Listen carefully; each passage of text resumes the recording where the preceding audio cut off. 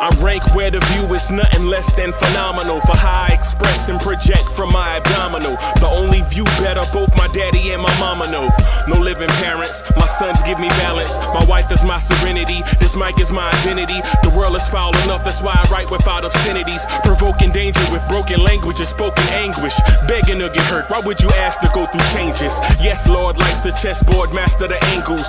Control the tempo, be the one who holds the info. Acknowledge is just as deadly as machete swings. When spoken, the truth is as potent as that Medellin. While others swear the style is free, I just let it ring. Our time is undervalued, soldiers make us better kings. My fans on my shoulder, reaching after better things. Today I take the shot, for them I'd rather set the screen. My mama told me follow my dreams. My daddy told me get it by any means. Stand tall, make him bow to a king. But I've evolved, you can see the resolve. Look in my eyes when you speaking to God. Life and for those who be caught up in using what I was called with the muse. I guess they call it proving I'm more than an artist. Penciling out my darkest while stenciling out a harvest. And storing what gets me from A to B, just like garages. Instrumental with collages. Envision what I've been drawing. Broadway to give you rhythm like the great Lena Horne. So bent on, found comfort in the storm. Find peace and on when you see them others perform. Organized chaos, outcast it like hey ya.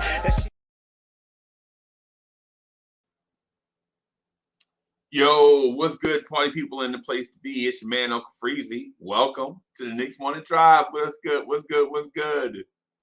What's good? The Knicks win. The Knicks beat the Indiana Pacers 92-84.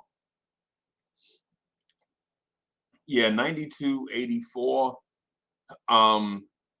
The Knicks got back to basics last night. Emmanuel Quickly and Kemba Walker led the way with 16 points apiece. Kemba Walker, was 8 up for 11, 16 points, 2 assists, 1 rebound. Emmanuel Quickly had 16 points, 5 rebounds, 1 assist.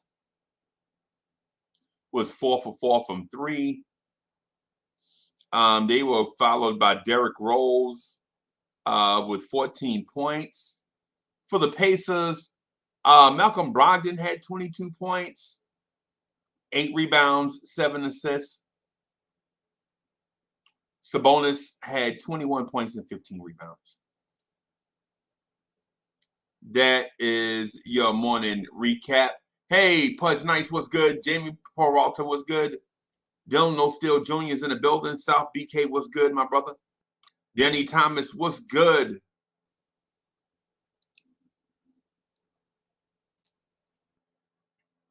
Danny Thomas says, Knicks fan from India checking in. Check. What's good? Julian Blum. What's good? What's good? It's good to see y'all this morning, man.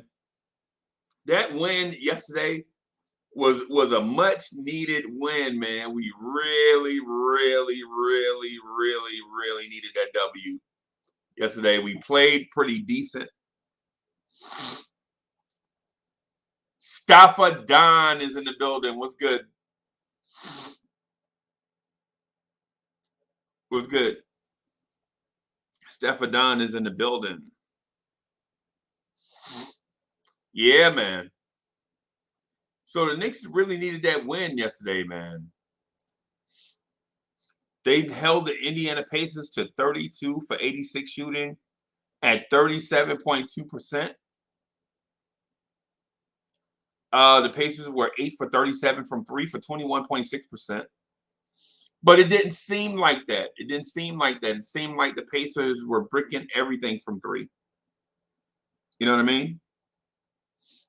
Seemed like the Pacers were bricking everything from 3 yesterday. It seemed like it, right? But it's one of those deals where, you know, it is what it is, I guess. We won't complain. You know, Jason Madden was good.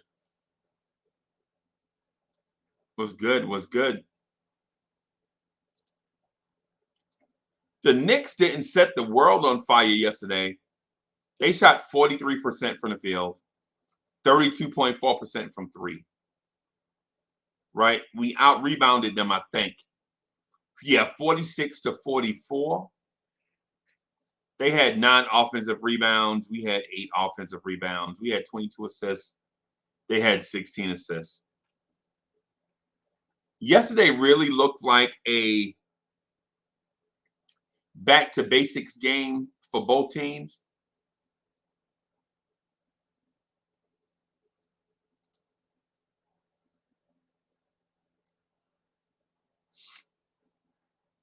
Is that, yo, D'Angelo Ashier, what's good? Morning, Miss Geraldine. How you doing?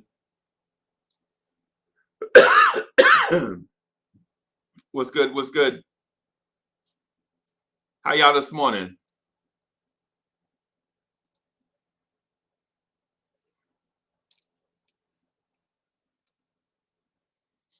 How are y'all this morning? Man, I'm okay.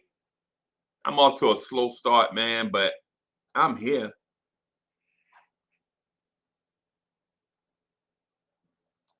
My video image is delayed. Jose Perez says your video image is delayed. Okay, let me see. Let me check. Let me check. Okay. Okay, something's going on. I don't know what.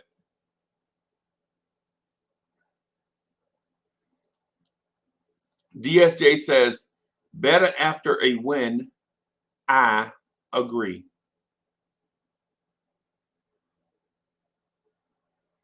I definitely agree. So what do y'all which one what do y'all want to talk about first? Chef NYK is in the building. What's good?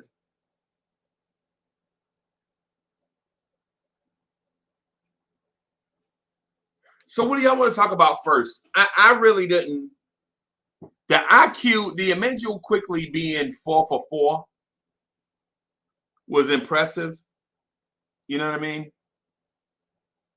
Because the 3 that he hit, to me, the most impressive 3 of those of the bunch was the Derrick Rose push in transition, and he turned around and looked for IQ, found IQ, and IQ set his feet and launched it. I think that was it seemed to me like more of a heat check type scenario.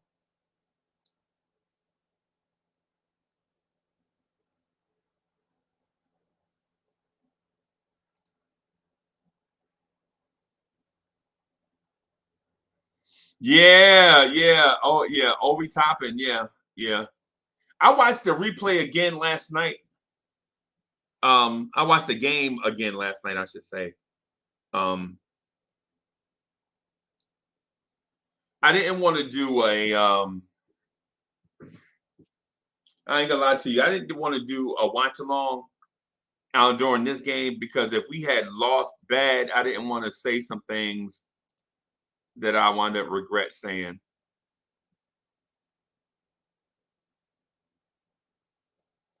Ms. Geraldine says, I'm good. You still had that cold. The Knicks play a good team, a good team game last night. Great win at the house. Yep. Or at home, whichever one you want to say. Yeah, I just finished some orange juice. Yeah, I just finished up some orange juice trying to fight that off. Ate some chicken noodle soup this morning. Ironically, that and some conventional stuff. You know how it is. Try to fight it off. You know how it is. You don't want to not do anything and then have it linger, and then you're like, oh boy. You know. Staffordon says, nah, is when Randall kicked out to him in the corner. That was a big 3. Yeah, that was yeah. Or the one when the one he got in on the wing by himself. That was big.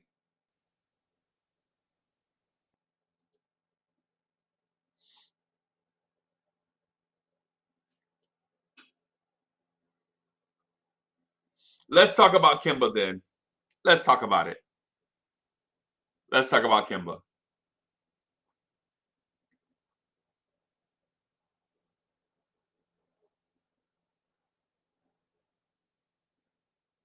Let's talk about Kemba. What most impressed y'all about Kemba Walker's game last night? Was it that he could find his shot in the mid-range? Was it that? Was it the move he put on was it the move he put on the Pacers big man?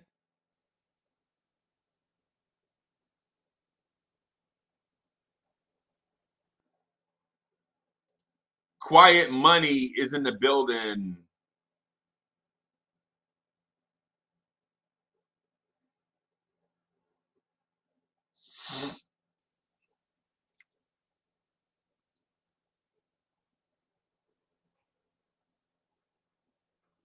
Oh man, I hate you missed the game, bro.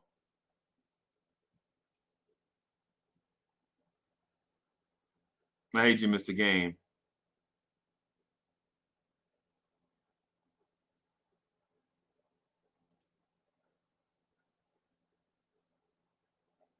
Yeah, as a matter of fact, I saw some things last night. I saw Julius Randle and RJ Barrett defer a lot last night. A lot. Savage NYC was good. I saw Julius Randle pass up some shots he should have took. He should have taken.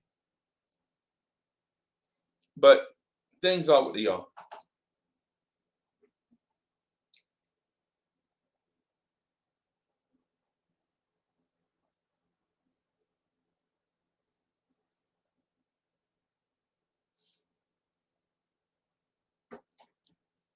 Things are what they are, man. You know, they looked really unselfish at times, almost too unselfish. At the same time, the most impressive thing in my book last night was the defense. Right? To me, the defense was the most impressive thing.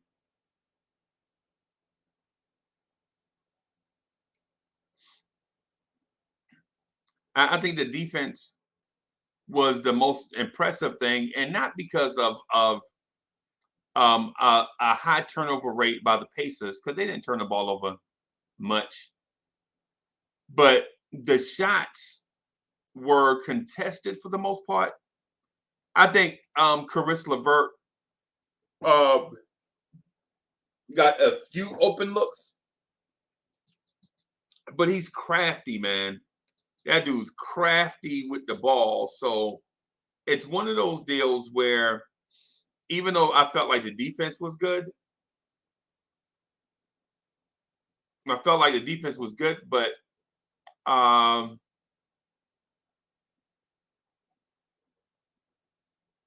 for the most part, most of the shots were contested. I would say about 80% of the shots I saw that the Pacers took were contested. Right? But some of those guys, man, with the ball, they are crafty. I'll tell you what, too. TJ McConnell was very physical with Emmanuel Quickly last night.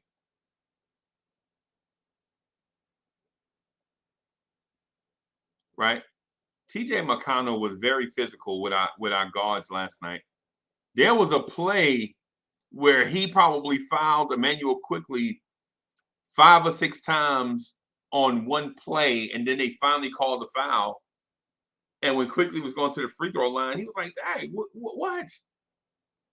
It's about time."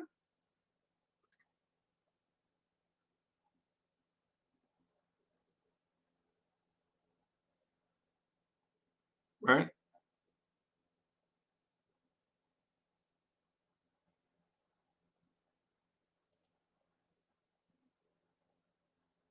So DSJ says the defensive intensity was impressive, but specifically the defense coming from Alec Burks stood out. That I wanted to get to. Yep. Malcolm Brogdon really had to work for his baskets. Yeah. Yeah. Burks' defense to me was impressive. But DSJ, let me ask you this. Is that an outlier? Or can we get that from Burks more often?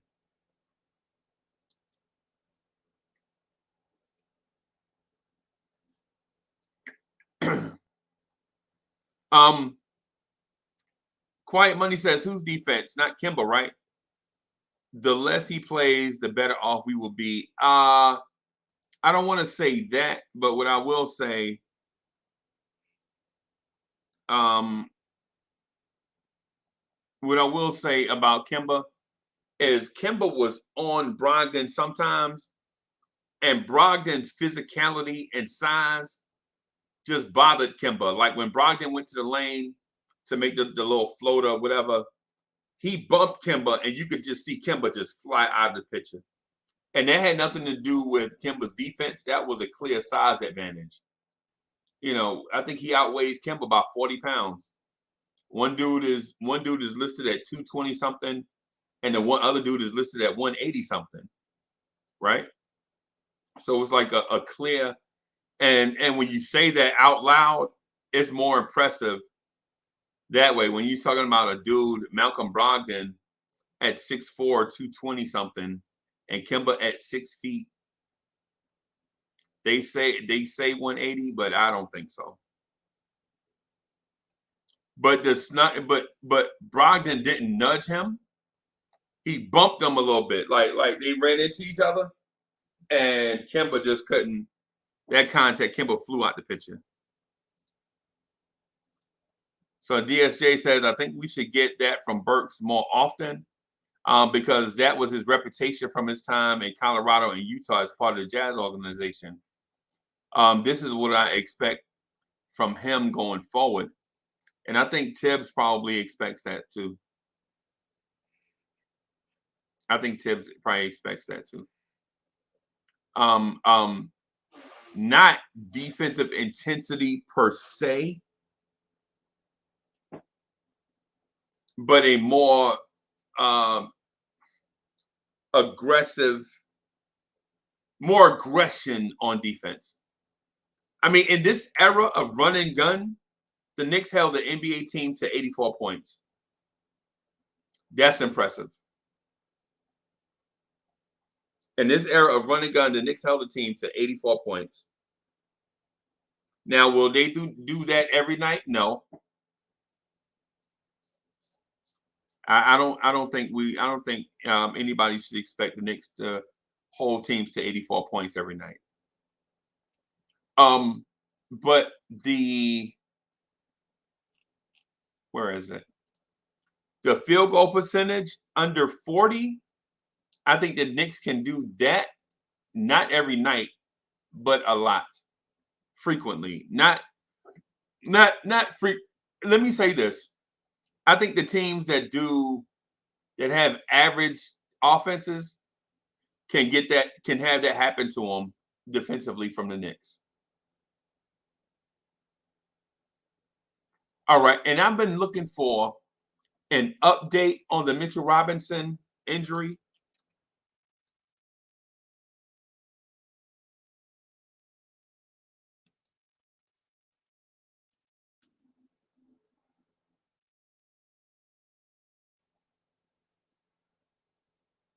I've been looking for a Mitchell Robinson injury update, but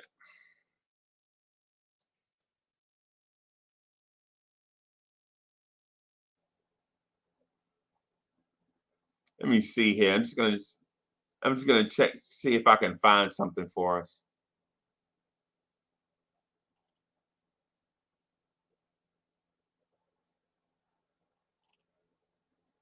Yeah, I don't see anything.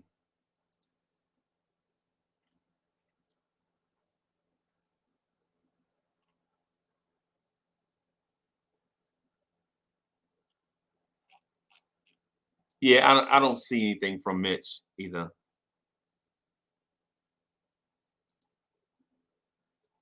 So DSJ says it was a very physical game, and I appreciate the refs allowing them to play. And when Tibbs challenged that call against Rose on the Holiday 3 attempt, yeah.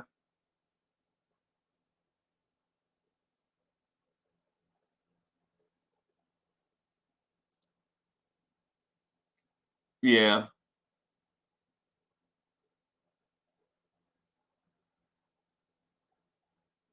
Yeah.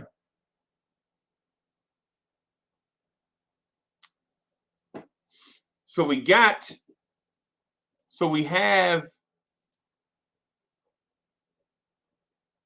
hey, shout out to Robert Paul who shouting us out on social media. What's good, Robert Paul? So we got, um, I want to move on from this Indiana thing because I felt like the Knicks did good there, but at the same time, I don't want to say it's a game we were supposed to win, but I will say, I will say this.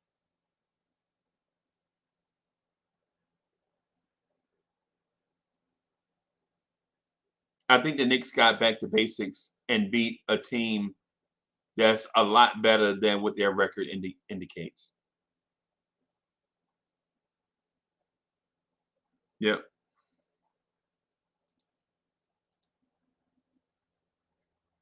Quiet Money says Mitch needs to take a little time off to try to recover as much as he can, then try to make a hard push to mid to late season.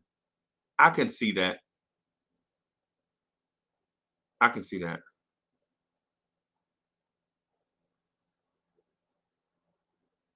I can see that. What I'm getting at is the Knicks have the Orlando Magic Wednesday and the Houston Rockets Saturday before they fly out to Chicago Sunday night.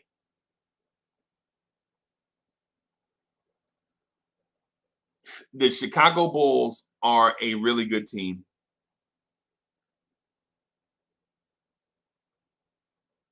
Right? Chicago Bulls are a very good team. What I don't want to do though is sleep on the teams that we have in front of the Chicago Bulls because I feel like that's what happened to us with Toronto and Orlando and Cleveland.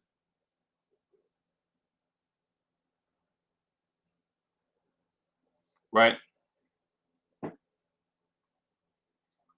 Um RJ Barrett doesn't look confident in his offense.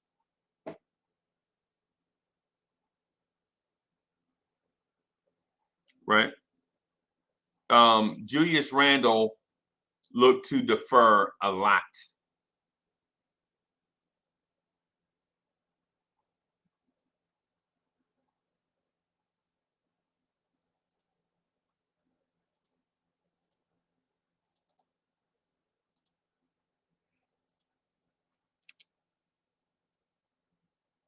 A lot.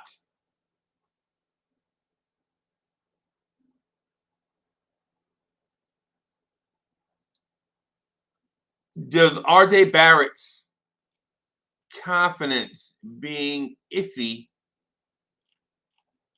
worry y'all?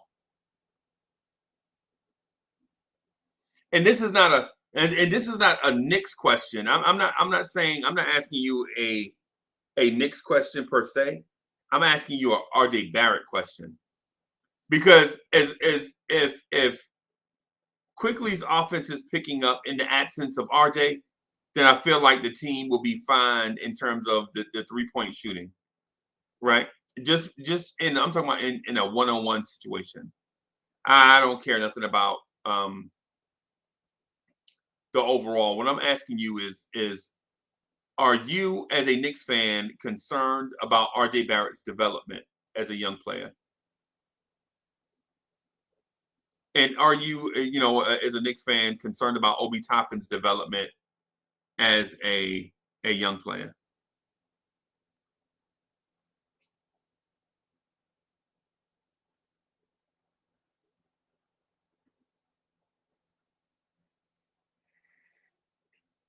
We got contributions from the older guys, from Alec Burks, from Derrick Rose, from Kemba Walker. We got contributions from Emmanuel Quickly, offensively. But does it concern you that RJ is not? Let me look at the thing. I saw something here. I want to go back to it. I'm going to go back to it real quick.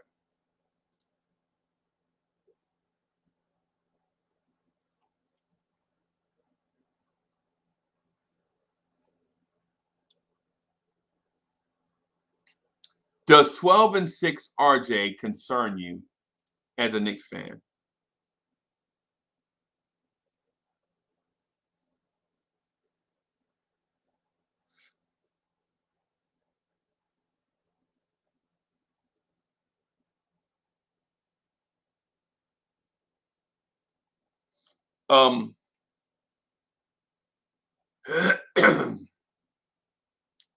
I don't know. I don't know what to say there. And that's why I'm asking you guys.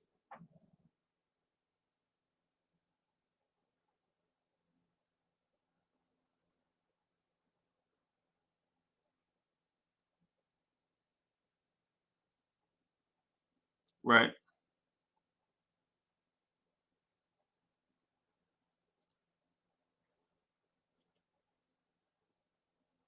Are you guys concerned with Evan Fournier?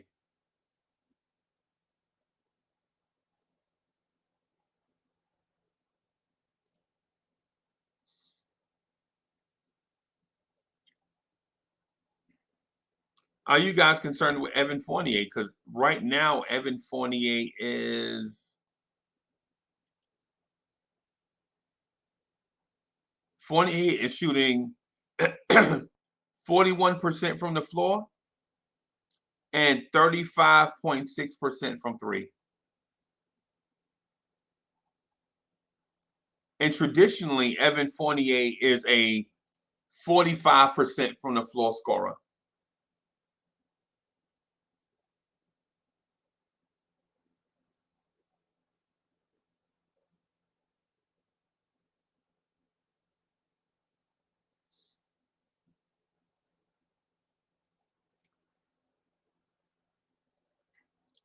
So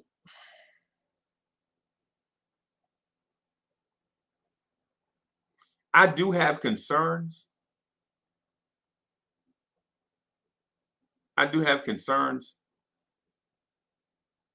One of my concerns is this team, we were supposed to trade defense for offense.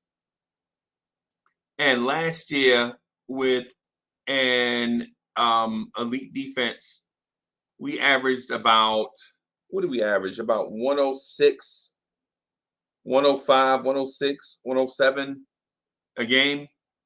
And this year we're throwing out clunkers like scoring 92 points with offensive weapons. So I'm concerned. I ain't gonna lie to you. And that does concern me.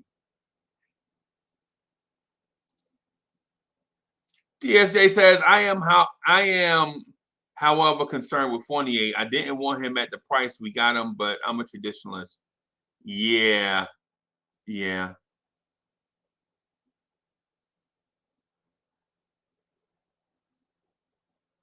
Yeah. I feel you there.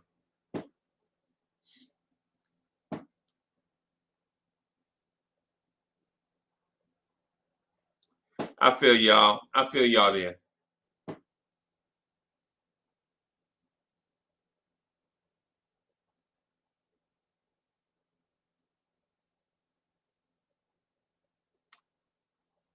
I'm gonna say this. In terms of last night's game, I think it was a meh early season game against another team that's trying to figure it out.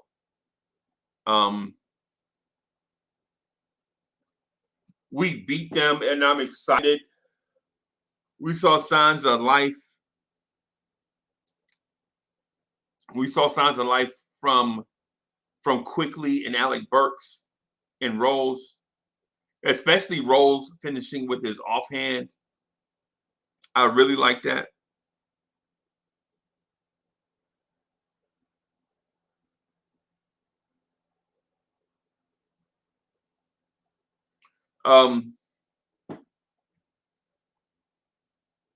I think if we, and I don't want to get ahead of myself, but I think if we can impose our will on Orlando,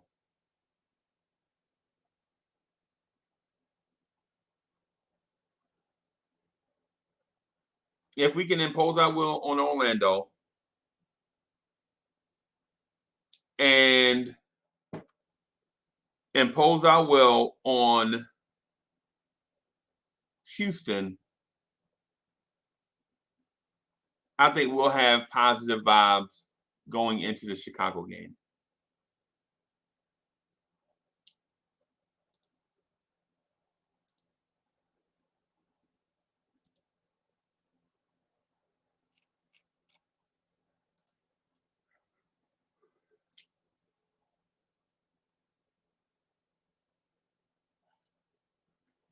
Rick Pennington says, a little wrinkle in our team is free throws. As a team, we got to be better there. Yep. Yep.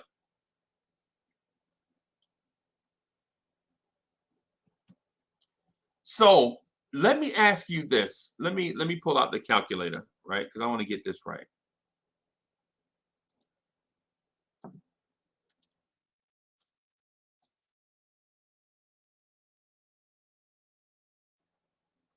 So 82 divided by 4 is 20.5.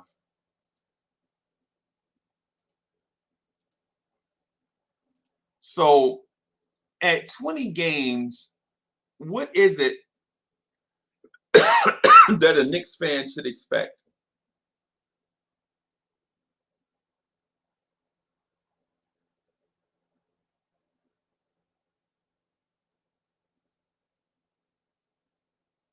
Wow.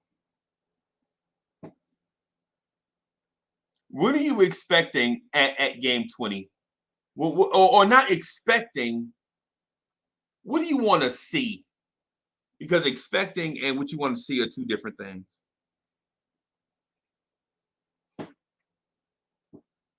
What do you want to see at 20 games? I'll let y'all know what I want to see at 20 games. I want to see I want to hear what y'all have to say first.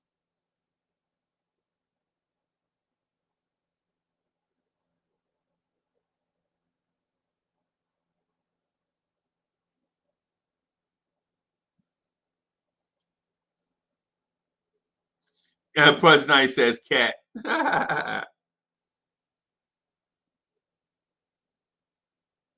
Donald Cannon says a set rotation.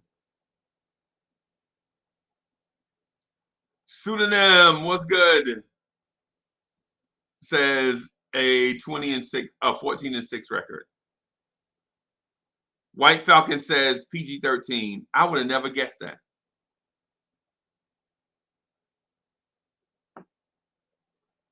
Julian Blum says better perimeter defense and rebounding. And we can't have guards out rebound us. Jeans, what's good? What's good with you, friends? I'm feeling that. I mean, so yo, Chop Low was in the building. What's good?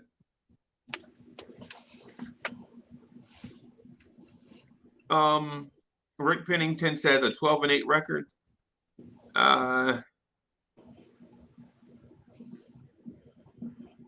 Yeah, Afro the Jedi says our guards got to get after those long rebounds. Yeah, I can see that. I can see that too. What I would like at game 20 is all of our units clicking at once. I want to see the second unit, the starters, all playing to their max potential. Right? That's what I want to see. I want to see RJ confident on offense and defense. I want to see our centers healthy. Right? I want to see bigger contributions all around from Fournier and Kemba.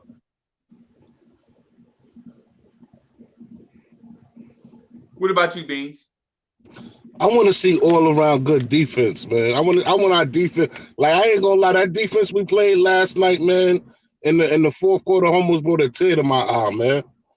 Word, I'm sitting there like, damn, this is it right here. You know what I'm saying? I just want consistent defense. I want Randall to make better decisions in the stretch. You know what I'm saying? In crunch time. Right. I want RJ to get back to what is like he's still indecisive when he want to take his shots. Yep. You know what I'm saying? Instead of just taking them. Like I want him to stand out more. But like you said, 20 games, like I'm gonna fall back a little bit on, like I'm gonna give him the 20 games, man, because I still think we could be one of the better teams in the East, man. Word. I still think we could be one of the better teams in the East, man. And I just want the defense to pick up, man. But if I don't see that defense clicking, I don't see the effort, then I already know what time it is. Right. Right. Yeah, man. And I think what was missing, Worldwide L, what's good, bro? Worldwide L is in the building. I think what's missing is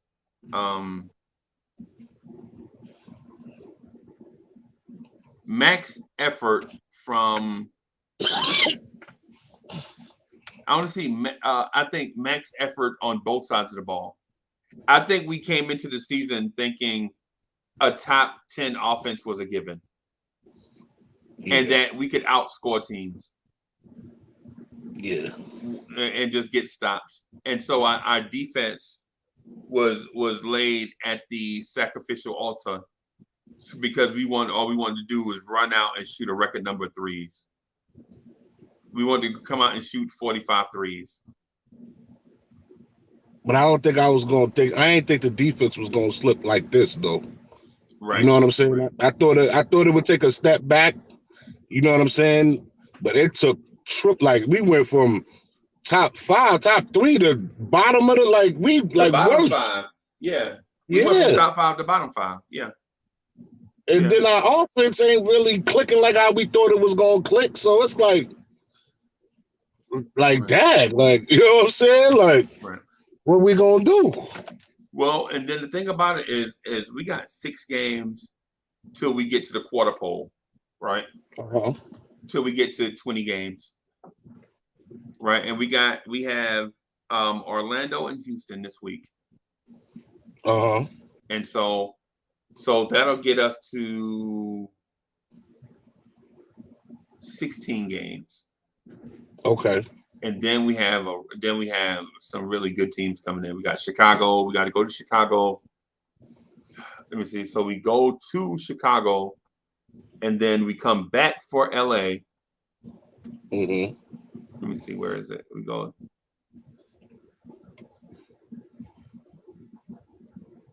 Let me see. Let me check it out one more time. I had it pulled up, and then I moved away from it. So so then we go to Chicago. Mm-hmm. Then we come back for LA and Phoenix, and then we go to Atlanta Saturday, November 27th. Okay. And yes, we will be live streaming that game. That will be a watch along game for sure. Yeah. Atlanta, yes. Yes, sir. Yeah. And then we got them on Christmas, right? And then I think we got them on Christmas. Yeah, in the Garden. I'm not gonna lie, these next 6 games, I could see us winning 4 of them.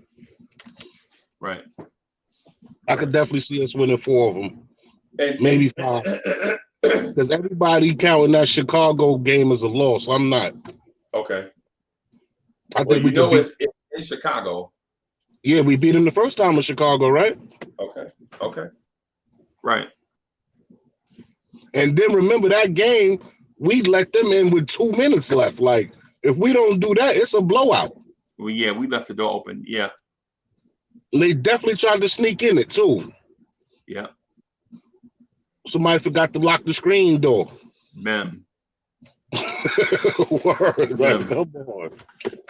Hey, so Black University says, get those likes up to start this winning streak. Yeah. Word up, let's get those up, man. Blodge and Tears, y'all know what it is. Unscripted. Mem. 100% authentic Knicks talk. Yep. And so I don't want to overlook any NBA team. Word, like I was last night, I forgot you wasn't coming on, so I had to go sneak on another joint. I went on Grummo joint. Yeah. Last night, shout out to Grummo, and he was talking about. They was in there talking about, oh, Orlando is a definite win. I'm like, wait a minute now, hold on, like don't start that because that's how we all gassed up thinking Orlando. They just beat us. Yeah. Like Cole Anthony been on fire since then. Yep. You know what I'm saying? Like, that's not no automatic win. I feel like we got to stomp their chests in. Yep. From the start. Yeah, like, come on. That's an automatic win. I got the Knicks beating them, but that's not no automatic win. I don't know why we thinking that. Right. Well, I will say I'll say this. I don't think any team is a layup because we have internal struggles that we're trying to figure out. We have our own internal struggles that we're trying to figure out, right? We're trying to figure out why the starters don't have continuity.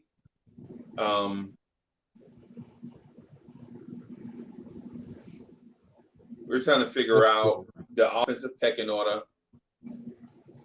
Yeah. So it's a lot of stuff for us to try to figure out. And we got a trap game. We better not look past these Rockets either. No, I don't think. I think, in my opinion, and this is just my opinion now. In my opinion, I think this Knicks team has learned a lesson from looking ahead, like reading their own press clippings. Mm-hmm. Right? And I don't think they take teams for granted anymore.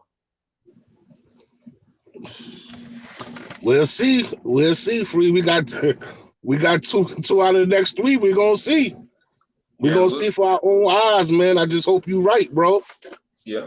I think we can take into account the way that we played Indiana last night. Mm-hmm. And like for instance, Coach Tibbs made some adjustments last night, and Knicks fans don't give him credit. Like what Knicks fans will say is well, Thibodeau don't make adjustments, right? Well, he made an adjustment last night, right? And nobody even spoke to it. So last night, you saw a lot of Mitchell Robinson on Sabonis and Julius Randle on Miles Turner, right? Yeah. So Miles Turner couldn't bomb away from three. Yeah. You know what I'm saying? Yeah, so that was definitely a good adjustment. Yeah. And so what we'll see, I think what we'll see going forward is minor tweaks like that throughout the season, so that our athletes can be in the best position to win. And you know what, too? It's funny that you said that because we be tearing Tibbs up when he don't be making them adjustments. But like you said, when he make them and it shows, that's what we expect from our coach of the year. We expect you to make adjustments when it's time for, like when we need it. That's why you here. Right. You know what I'm saying? This is what we expect of you. Right. Right. Yeah, no doubt. No doubt. You know what I'm saying? Not saying it like he don't deserve the credit. Of course he do. I think he learned from that thing the other night with taking them out. You know what I'm saying? The whole 3-minute tragedy thing. Right. I think he learned from that. Right. Right. And the other thing too is I think Tibbs has taken away the freelancing in the offense. Yeah. He wanted a more structured offense so that more people would get touches. And so what that does is it puts players in a position where they have to dribble, pass, and screen into each other. Yeah. You know what I'm saying? Because there were some times RJ Barrett had wide open looks. You like, dog, he ain't even looking at the rim. Yeah. He ain't even looking at the rim. Let me ask you, do you think we still need an offensive coordinator in here? Since we still got an open spot on the bench that Mike Woodson left, nobody never took that spot, right? I don't remember us signing another assistant coach. I don't know if they. I think everybody might have taken a step forward, and they didn't backfill it. Okay. So do you feel like we can use that though? Yeah. Yeah. And no doubt. Yeah, hey, and you know what? I did see the did you get this? Did you see the MSG interview with Derrick Rose? Where Derrick Rose was breathing like he ran a marathon after the game. Yeah, I saw that. That was crazy, man. That was crazy. I saw that. I did see that. That was funny. You know. But what I will say though is you know you got to play hard for Tibbs. Yeah. You know. And it's not like they not in shape. Right? Right. That's before you even come in the training camp. You heard what they said. If you're not in shape, you will not be playing on the Knicks. Period. The only person that can get through that is Mitch. And we know why. Right. You know what I'm saying? Right. Any word on come and speak of it? Any word on Mitch or Noel? I just looked online and I did not see a an update on either.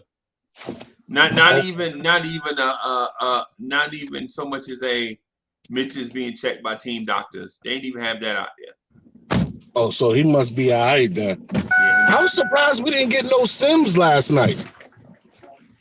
Right.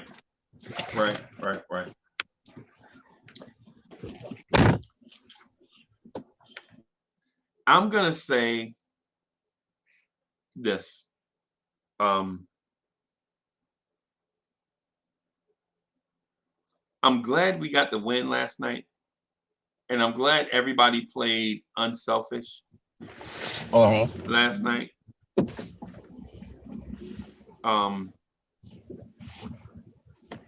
But I still don't think the team is out of the water. But I'm hoping that Emmanuel Quickly's emergence is not a flash in the pan. Oh, you know how a player will have like one good game, or one or two good games. Yeah, that's what I'm hoping. I don't want to. We say hoping for consistency. Yeah, basically. Right. I'm hoping this is what we get from him going forward. You know what? I think it's sustainable. I ain't even gonna lie, man. I think it's sustainable. Okay. It looked like IQ got it, man. And what impresses me the most is, like I said, it's not his offense. It's his defense, man. Defense, yeah. Like he worked on that for real. Like that him and OB connection is for real, man. Right. Now imagine 25 minutes of that. But we ain't gonna get into that. That's a lot. Imagine 20 minutes of that. Well, I'm gonna say this though: with Mitch hurt and Nerlens hurt, I think we may see more Obi in small ball, but I can't guarantee it. Okay. Hey, Ron, what's good? How you doing this morning? My bad. because I ain't gonna lie to you, man. Taj playing 34, 35 minutes ain't gonna get it, man. Right. And I love Taj. And he held us down last night. Right. But 35, 36 minutes, that's that. No, we can't do that to Taj. Yeah, not for Old Man River. That's why I was surprised we didn't see Sims last night. Yeah. Not a minute, two, nothing. Right. Like he must be doing bad in practice. Yeah, I wouldn't go that far, but what I would say is Tibbs just wants to see a certain thing, and if you're not bringing that certain thing, you ain't gonna play. Yeah. So you don't have to be doing bad, but if you ain't bringing that thing, yeah. then, but that's why I'm surprised too. Why he not in the G League, getting all the minutes in the G League if we're not gonna use him? He should be. Why ain't none of our rookies in the G League? They should be. That's what I don't understand that. Yeah, they should be. But Kevin Knox used to be in the G League. Yeah. Like, I don't know, man.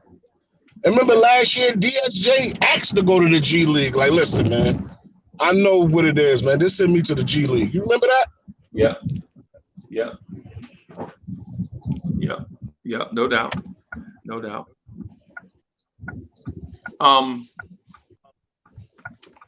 So what do you expect from this Magic game? I expect a W, man. And anything else, I'll be disappointed, man. I want to see hard defense, 48 minutes. At least give me 44. And let those all be on the back end. Right. I don't want to see no fourth quarter breakdowns. I just want to see hard defense and everybody do their job, man. Right. I want Randall to be Randall. Like we ain't had a Randall game since like game 3, it feel like. Right. You know what I'm saying? I want him to take the good with the bad. Just because somebody else shining or doing right, like don't get mad. Just show what you got. Show you a leader. Right. No doubt. You know what I'm saying? That's all I want to see. I want to start seeing some consistency around this piece, man. So this is what I'll let you know what I expect to see. I expect to see us start to hit the wide open shots that we get.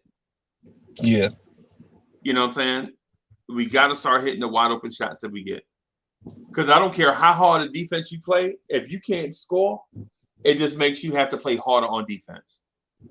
Because you got to stop the other team from scoring. Right? Also, want to see more unselfish offense. I'm expecting the Knicks to pull the boa constrictor on the Orlando Magic.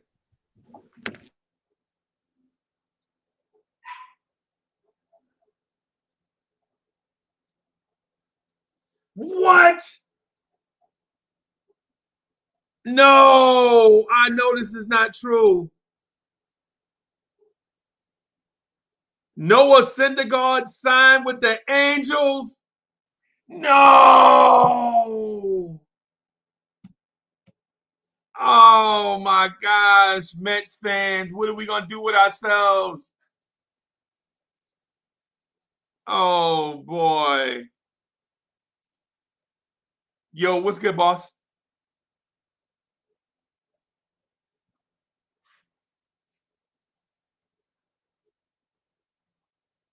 Yeah, man. Noah Syndergaard signing with the Angels. Oh my God. But anyway, Knicks talk. So what I want to see from the Orlando game is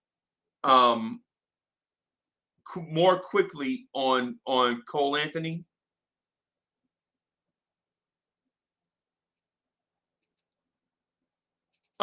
What I want to see is also more RJ against their wings. Right? Hey, Afro the Jedi, can you hear me? Yeah, bro. I don't know what was going on earlier. My mic was acting all crazy. Okay. Yeah, what's good, man? How you been? I'm chilling, man. What's going on, y'all? Salute Baked Beans, salute Uncle Free, salute to the chat. How y'all feeling, bro? The day after this Pacers Slow. the day after this Pacers win, I'm feeling melancholy. I agree with that wholeheartedly. I Yeah. I just want to give a couple things on the game last night. Last night I'm happy we rebounded, man. Oh boy, was that was the greatest thing to see, man. That we wasn't letting these easy rebounds go right past us into the defense's hands. Man, I'm so happy about that. I don't like how everybody keeps blaming Kemba on his defensive effort on Malcolm Brogdon last night. If you watched last night, Malcolm Brogdon was just pushing around all our guards, bro. That boy is strong, man. He big, yeah, man. Yeah, that boy is strong, man, and he's crafty with the ball too. People don't really talk about how crafty he is with the ball. The boy is crafty too. So when you looked at Kemba and Malcolm Brogdon last night, you know Kemba got red hot in the first quarter. I love that he's been doing that lately, but Right. I need him to carry that through for all 4 quarters, or at least the first 3, and then let Rose take over. But we need something from Kemba and Evan, man. I'm not worried about Evan at all because like you said, he's a 45% 3-point shooter. It's gonna come. It's just on a new team, like you also said, everybody trying to, Coach Tibbs took away that freelancing where it was like, yo, look, if I got the open shot, I could take this shot without no judgment. Now it's like, if I take this shot, it better go in. So that's why you see RJ Matt hesitant to shoot and everything like that. But he awoke at the right time last night. Another thing is that I really want to see a tandem of Kemba and IQ. I know like defensively it's gonna really hurt us, but I think that they could really like open the floor for everybody else, because last night you saw that as soon as IQ got in, they put instant pressure on him. It was like, yo, we're gonna run like a zone, but this guy on the right, he's gonna be right there in case if IQ takes that right, and then the guy on the left, you gotta come up and get him if he takes that left. You know what I mean? And I feel like also with him and Kemba, it's gonna be like, all right, hold on, these two is at the head, and then have Mitch in the center, and then the 2 people at the wings, be it Evan and Julius. We can have them 2 at the wings, or Evan and Obi. You know what I mean?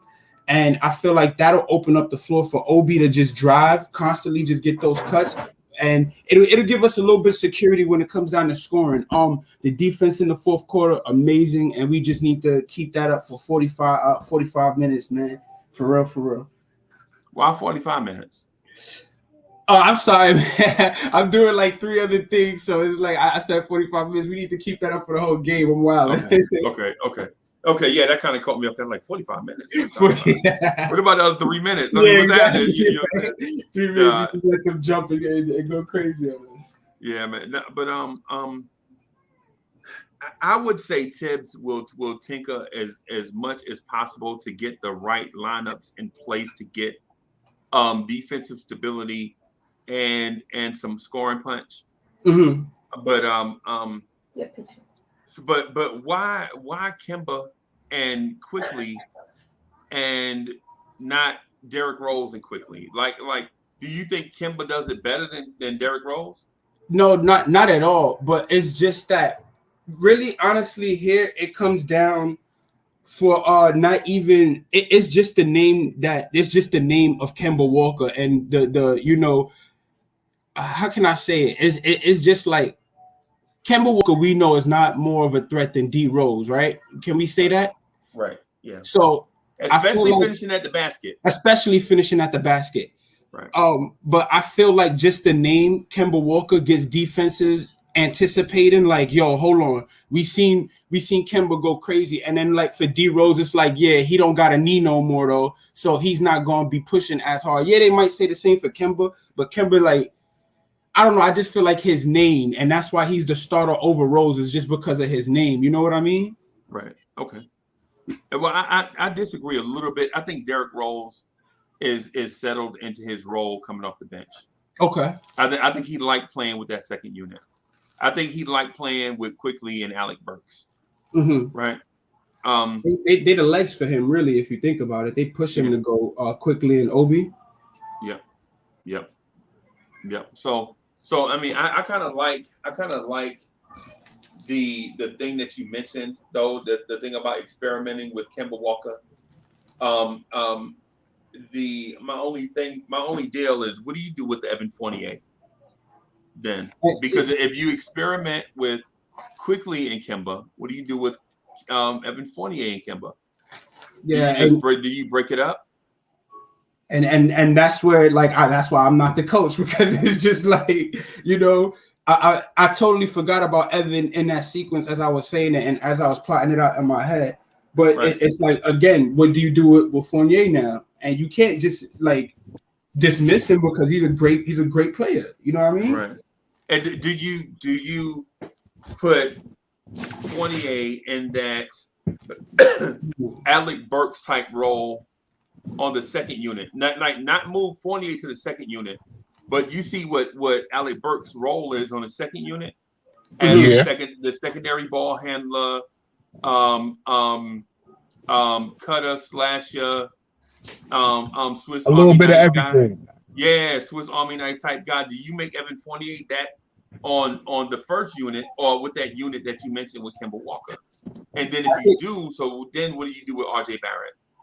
Well, I was about to say, what I think is that you do put it on the first unit, because that does give you more playmaking. And the only reason why you don't put RJ Barrett to start on that unit is just because RJ's confidence right now is shaky, and we need somebody. We need if for that unit to work that we are talking about, we need shots to fall. Right now, RJ Barrett's shot ain't falling. So right now, he wouldn't be on that unit. But then it'll be tough, because when he gets his confidence back, it's like, does he come back on the unit? Like, what happens now, you know? So, like you said, I guess we just leave that up to Tibbs, man. Or when that, to your point, though, you may not have to see it in a lot of, you don't have to see it for long. Maybe see it in stretches. What do you think, like a 15-minute stretch? Not like 15 minutes straight. I'm just saying, like, you know, 5 minutes here, 3 minutes here, 2 minutes. Free Keith, what up, man? What's good? But like, say you only see that lineup for maybe like 15 minutes a game. Not saying a whole quarter, but just like 5 minutes here, 2 minutes here. What if we just tried against Orlando, see if it worked? Yeah. Okay. And then if it worked against Orlando, then we could try it against Houston to see if it worked. Right? Two teams not known for defense. And then if it worked in those two games, then maybe we can try it against Chicago for, like, you know, maybe in the middle of the third quarter, where we always have offensive struggles, to see if it worked. And then if it worked, stay with it longer. If it don't work, you have been struggling with it anyway. So, Free Keith, what's good? What's going on, fellas? What's good, chat? What's good? Hey, man, I don't know. I'm feeling melancholy after this win against the Pacers, and it's not because I'm sad that we, you know what I'm saying, didn't blow the Pacers out. It's just I'm still nervous about this team, and if you'd have asked me this before the season started, I was the complete opposite of nervous. You know what I'm saying? You know how Mike Tyson used to say, everybody got a plan till I punch him in the face? So you get punched in the face. Yeah. You remember that? So I got punched in the face. Now I don't have a plan. You know what I'm saying? It's how we respond, though. It's really, dude, man. The vibe right now is hella somber. Like, we didn't just win. Like, we just won. We got a dirty W against a decent team. Yeah. Like, it's not the takeaways for me, and I think, like, in the background of it, it's positive that we're working these things out and still, like, winning while working whatever out. But what got to get worked out is, like, it's obvious, like, Derrick Rose is the leader of the team, for real. I love Julius, but, like, I think we can all say like through visuals, like we see Derrick Rose leading the team for real, like in spirit from the playoffs even till now. Like he, I feel like they should let that rock. Is it default? I think it's. I think that he gets deferred to. I think there's a lot of deference of the Cats towards him, but like rightfully so, because he's still handling the rock. Like he's still doing his thing. So like he's, and his seriousness. Do you like? I don't know if you guys all watch the post games and like those post game interviews. Like D Rose seems like a real kind of like genuine, no nonsense guy. Like he ain't selling no wolf tickets. Like he's talking to you straight face, and I feel like that's probably the same way that he handles and talks to them. So like I don't know. Like I'd like to see them. I'd like to see maybe Derrick Rose kind of like get a little bit more prominently featured than Kemba. Well, that's where we stray at, because I think his role right now with the second team is beautiful. That's I don't fine. want to give him too much. That's fine. I'm not talking about positionally. Like I think like he has definitely a good flow. Like that unit now has been playing together for like their second season. Right. Yeah, I'm saying like so like they really getting seasoned. Like you can see that they're knowing each other, which is fine. I wouldn't take him out of that. I'm just saying like how quickly we progress from the first unit to the second unit.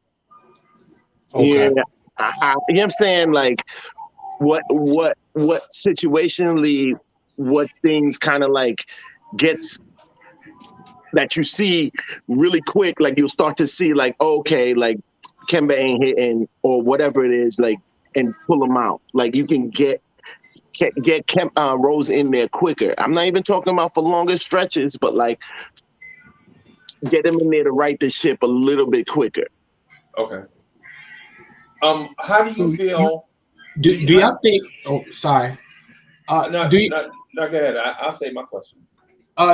Do y'all think like Tibbs hasn't like already offered him that though? Like already told him like, yo, you can be the captain, but I think like he doesn't want that, because he already did that with the Bulls, you know what I'm saying? And it was just like that was his MVP year. He understands that this offense that they running now is completely different. So I think that he's like kind of like his play, like his mental, not his play style, because everybody's gonna be like, oh hell, but his mental, it kind of reminds me of when Jason Kidd was here, where he was more like cerebral with the game. You know what I mean? Like Jason Kidd wasn't that athletic to get crazy into the lane and everything like that, and he wasn't making people like scared about, oh my god, we playing Jason Kidd tonight. You know what I mean? But like he just got some D Rose, everybody knows this. He just got so more cerebral with his game now. Like everything is more craftiness. And we seen it last night with the left hand. It was just crazy. But I think D Rose, like, I think for the media, Julius is the captain of this team. But for the team, D Rose is the captain of the team. You know what I mean? Yo, he's the most consistently serious. Yo, like yeah. I just never see him slip off that pedestal. Like he takes it seriously. Like you can that's tell. Why second like that too. Exactly. That's why that second unit is like that. That second unit. Yeah, that second unit. I think got the harder workers, yo. Well, the thing about to Afro the Jedi point is twofold, right? So for one, Derrick Rose has been there and done that. Don't forget, this dude was the league MVP, multiple time All-Star in this league. Right. So he already been to that place that Julius Randle is trying to get to. So he could be confident in himself, knowing that Randle is trying to ascend to that place that he's already been. Derrick Rose don't no need to do that. You can tell he is solely focused on helping this team win a championship. He wants W's. Yeah, he don't. Derrick Rose is confident in himself already. It's like when Free Keith see a younger version of himself out there trying to go get it, but Free Keith like, man, I already been there and done that before. You know what I'm saying? Yeah, I agree with you know what I'm saying? I'm salt and pepper now. So it's the other thing too is to that same statement. You can tell Derrick Rose is not assertive. Him and Alec Burks. Derrick Rose called it out in the press conference. He was like, "Yo, Quickly is." He was like, "Yo, Quick is crazy. He been playing like this for the last few games. So when he played like that, we don't have to be the focal point. We can get lost in the offense and find our own stuff." So basically, what he's saying is they have three playmakers on the floor, and with Quickly out there, right? And with Quickly out there, they don't have to be the sole focus of an offense and carry the whole load. They can do it as a three-man group and take their turns and stuff. And just be out there playing basketball. Yeah. They just now they just hooping. No, I agree with you guys wholeheartedly. My question was just to get y'all thoughts on it. Just because like a lot of people, I'm on this computer freaking 24/7 watching Knicks podcast, man. So it's like I hear like all of these different things, and some people are like, "Oh, D Rose needs to start. He wants to start," and I'm like, D Rose does not want to start, because if he wanted to start, all he had to do was go to Tibbs and say, "Tibbs, I want to start," and Tibbs to start. And everybody's like, "Oh, we need offense. Start D Rose, And I thank you for that analogy you just did, because it completely put it into perspective for everyone else. It's D Rose already won his MVP. D Rose already been to almost the highest of planes. You get what I mean? So it's like y'all say, he just wants to be the supporting role now. Yeah, Derrick Rose, at one point in Derrick Rose's career, he was the second best player in the NBA behind LeBron James. And that is a fact. And that's ahead of Kevin Durant, Steph Curry, a bunch of in front of a whole Dwayne Wade's, Carmelo. Yeah. And so That's he already been there, done that. Now he know he can't do that no more. Right? So why try to reach them heights again that you've already been to? You know what I'm saying? I think now Derrick Rose is more in Derrick Rose is mature. That's the best way I can sum it up. Derrick Rose is a mature adult now, while, you know what I'm saying, maybe before, you know what I'm saying, he was a young man with the world at his feet. You know what I'm saying? So I'm crying. Somebody said my voice got deeper. You're saying you got emotional? Wow. There's my man getting emotional talking about D Rose. Yeah, I get it. Yo, I love basketball, man. Y'all gotta. I really do think that he's a special player, though. For real, I am so stoked that we have Rose, yo. And I've loved him from the time he came in the league. I just like his story and just being from, where he's from and like what he kind of meant to them. Like, and he's always been a real cat. Yeah, so you like the story of Pooh? You like how his brother's story of Pooh? The Netflix documentary. The story of Pooh. Yeah, man. Now I'm gonna be honest, man. I did not like D Rose at first. I was like, when he first came in the league and he won his MVP and everything, like I was like, that was when I was a thorough. I'm still thorough blue and orange, but it was more like I don't like no player unless he on our team. So it was like I seen him come in and I was like, oh he do his jump. That, he do his jump. Like, and he could do his jump high. That's it. We got better guards over here. Our guards play defense, and I see him play defense. I was like, all right, he could play defense. All right. Right. But when he came here after that Pistons stint, I was like, yo, you know what? This might be the deciding piece that we need right here. Right. As a Knicks fan, when I saw the Bulls with Rose that first season, I was like, oh, these motherfuckers licked up. They went ahead and lucked up on another Jordan. Like, that's not even fair. Right. And so you know why I feel like the NBA is rigged. It's funny how a dude from Chicago, you know what I'm saying, go to Chicago in the 1 year where they get the man. or how a dude from Cleveland area wind up going to Cleveland and Cleveland trash.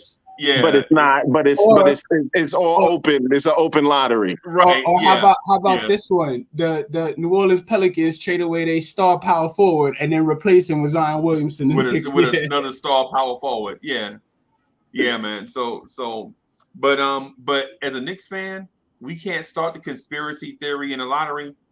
You know what I'm saying? Because we created the conspiracy theory in the lottery. You know what I'm saying? And so yeah, you know what I'm saying? So yeah, so but the thing well, maybe we should just go back to using envelopes for the draft picks then, man. You know what I'm saying? Maybe. Yeah, maybe, but what I'll tell you about to your point though, your point about Derrick Rose is a brilliant point. It's multi-layered because Derrick Rose as a player still has a lot left in the tank. A lot left. Mm-hmm. Derrick Rose as a mentor is invaluable, right? And then the fact that he can not, and listen, hear me out, Knicks fan, hear me out, chat. Don't go crazy when I say this. The fact that he can turn it on and off when he wants to is a plus, right? And I'm not saying turn his motor on and off. What I'm saying is he can play on and off the ball and allow Burks and Quickly and Obi and them to cook too without being a liability on offense and defense. That's what I'm saying, right? And the fact that you can still keep Rose on the floor and have him still have a presence without him being ball dominant is a plus.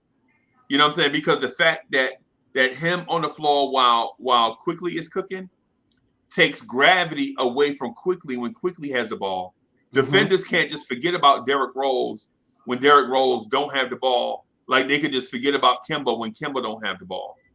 You know what I'm saying? And I know that sounds like me saying Derrick Rose got a motor issue. That's not what I'm saying. What I'm saying is the fact that he still can have a presence even when he don't have the ball is a plus. And that's the beautiful thing about him, man. It's just that, like, you would expect somebody like everybody's like Derrick Rose washed up. He got one knee left, but look at how much attention he draws on the court with one knee. Like, he's definitely on his Tom Brady. Yeah.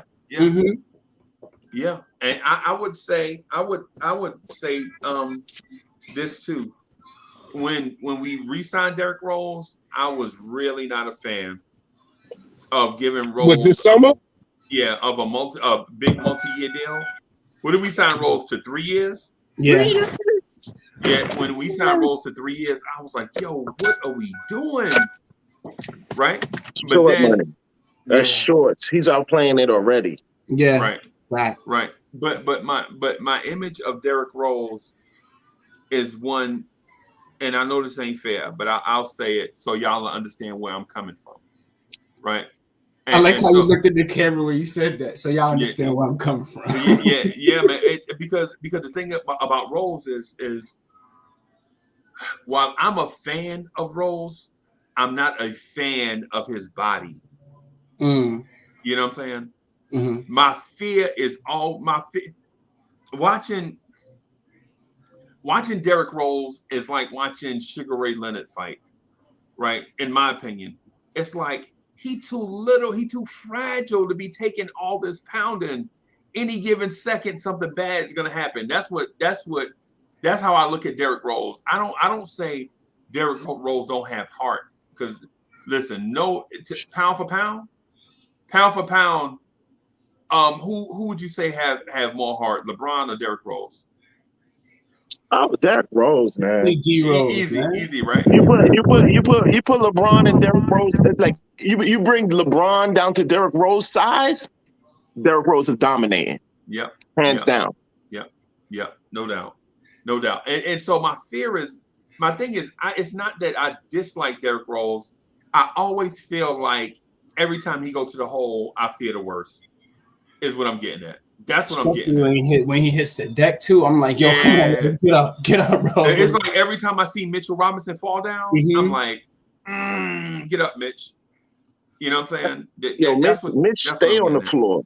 Yo, like for real. And I stay saying, get up, Mitch. That's what I'm saying. That's my point. That's the Yeah, point. I gotta get up out of here, but thanks for having me, y'all, man. It was definitely fun. Yeah, man. No Salute. doubt. Yo, y'all stay healthy, man. Chat, stay healthy, man. Just drop them likes, man. Smash the like button. Yeah, man. So my thing is not Derrick Rose, the player. It's like, for instance, I was in Atlanta, Georgia during the playoffs. Like, please don't start Derrick Rose because I think he's gonna get hurt. And we started Derrick Rose and he got hurt. And I was like, now I'm mad at Derrick Rose because I can't trust him to stay healthy. Not that I can't trust his heart. But he hasn't. Effort. But the funny thing is, throughout all of this,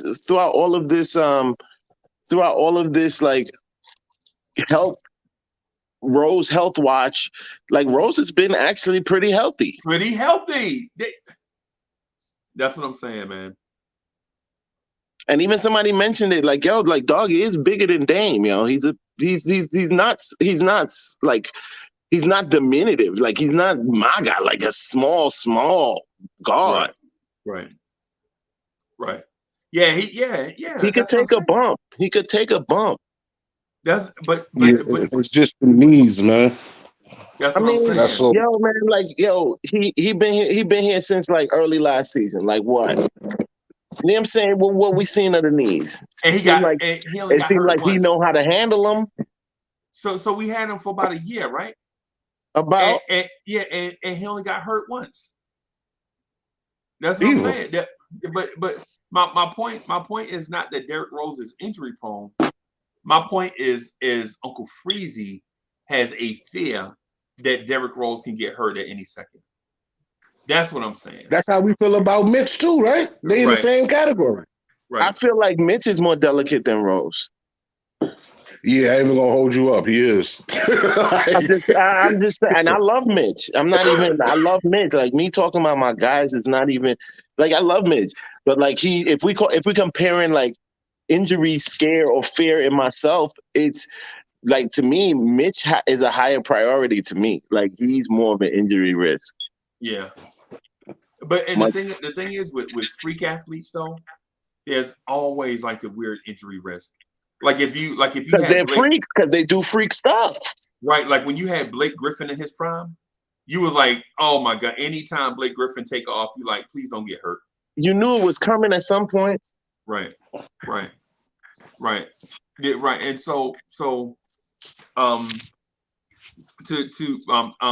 Afro the Jedi hijacked our point, but and it's all love. I'm not saying I dislike what he did, but what we expect from the Orlando game, man, I expect the Knicks to recalibrate their 3-point shooting.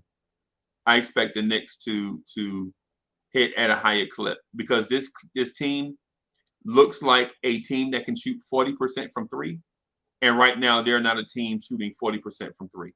Or anywhere near it. Or anywhere near it, right?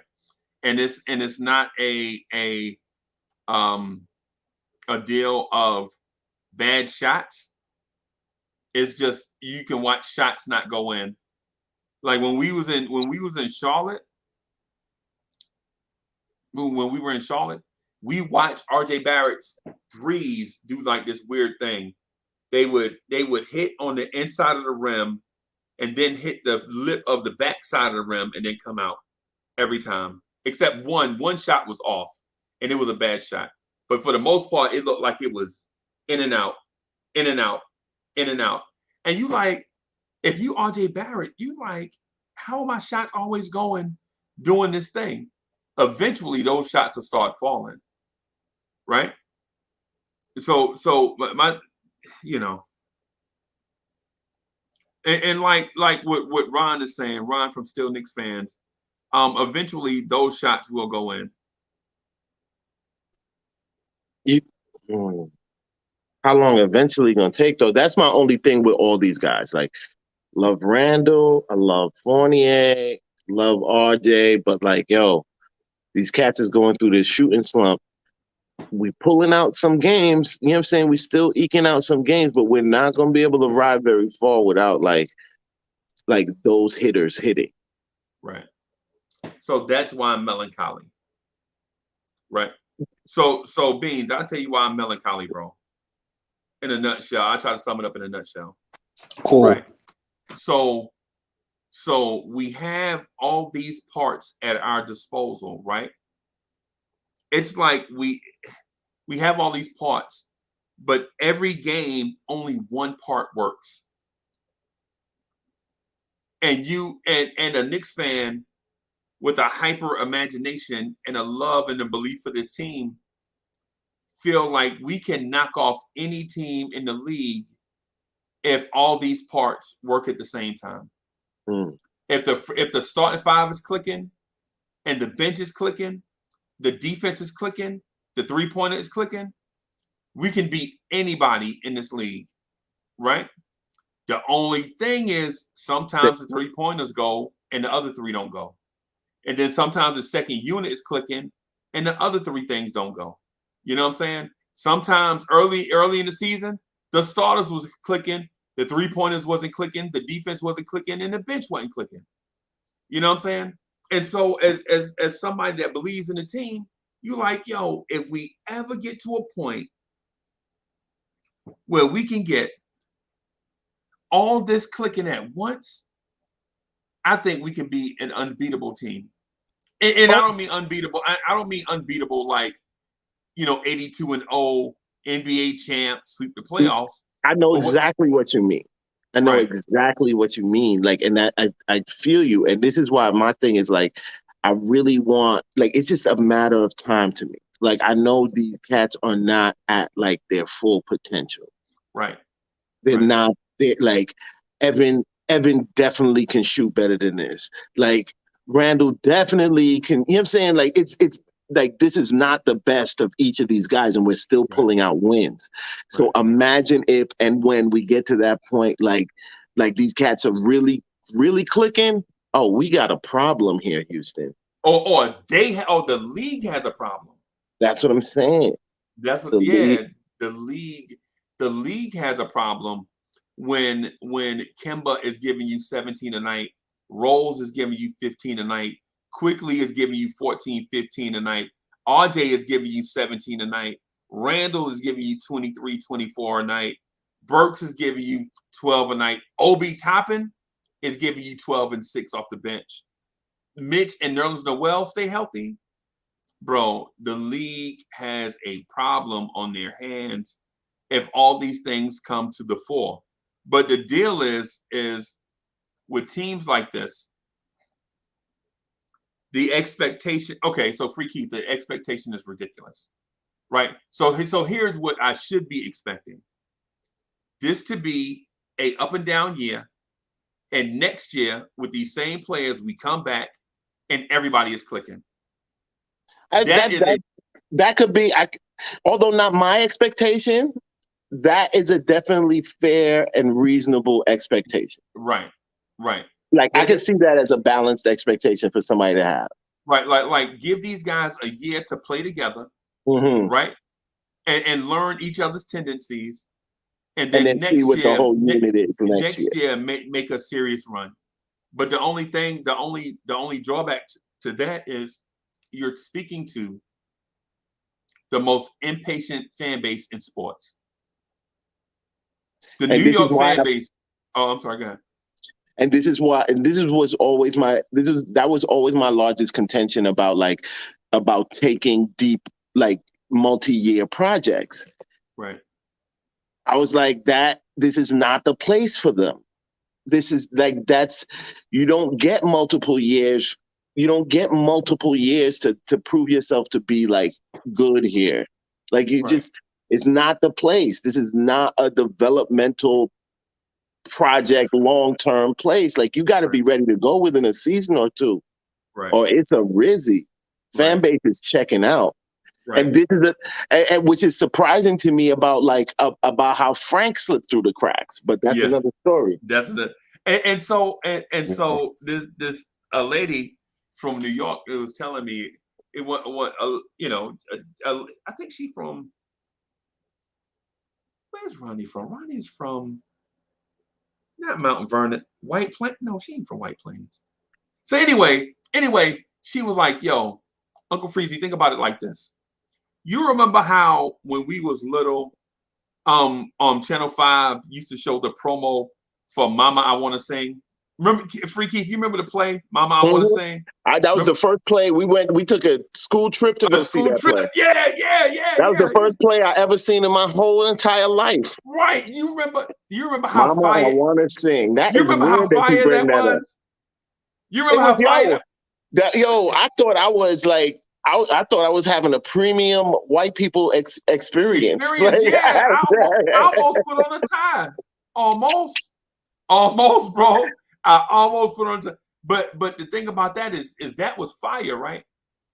But before that, now and this will tell you how short of attention span that New Yorkers have, right? Right. But right before that, the play was this joint called Cats. Cats was on fire, winning all these awards on Broadway, right? And right before that, it was a joint called Dreamgirls, right? You remember Dreamgirls and I all thought of that? Dreamgirls was after Cats. Right. Dreamgirls might have been after Cats. It might have been. It might have been. I might have got the order reversed. Cats had a pretty long run. Yeah, Cats was up there for a long time, man. Long time, yeah. Cats had a Dreamgirl. But my point though is what's hot in New York is not always hot in New York, is what I'm getting at. You know what I'm saying? You know what I'm saying? Even if it's dope and high quality, that's the reason why. So what I'm saying is this team here, we expect this team to come out the gate flying. You know why? Because it's going to be something bigger and better next year. You know what I'm saying? That's just how New Yorkers think. You know, the New York minute is not 60 seconds, bro. But we gotta stop treating all Knicks fans as purely New Yorkers. Like the Knicks has a very big outside of New York following. International even. That's true. That's true too. So like fandom, we gotta stop using it from like a New York lens so much. I mean, we might be the most concentrated of Knicks fans, definitely, but there's a bigger lens of mentality because like not all of them are from New York. Right. No, I dig that part, and that's fair. But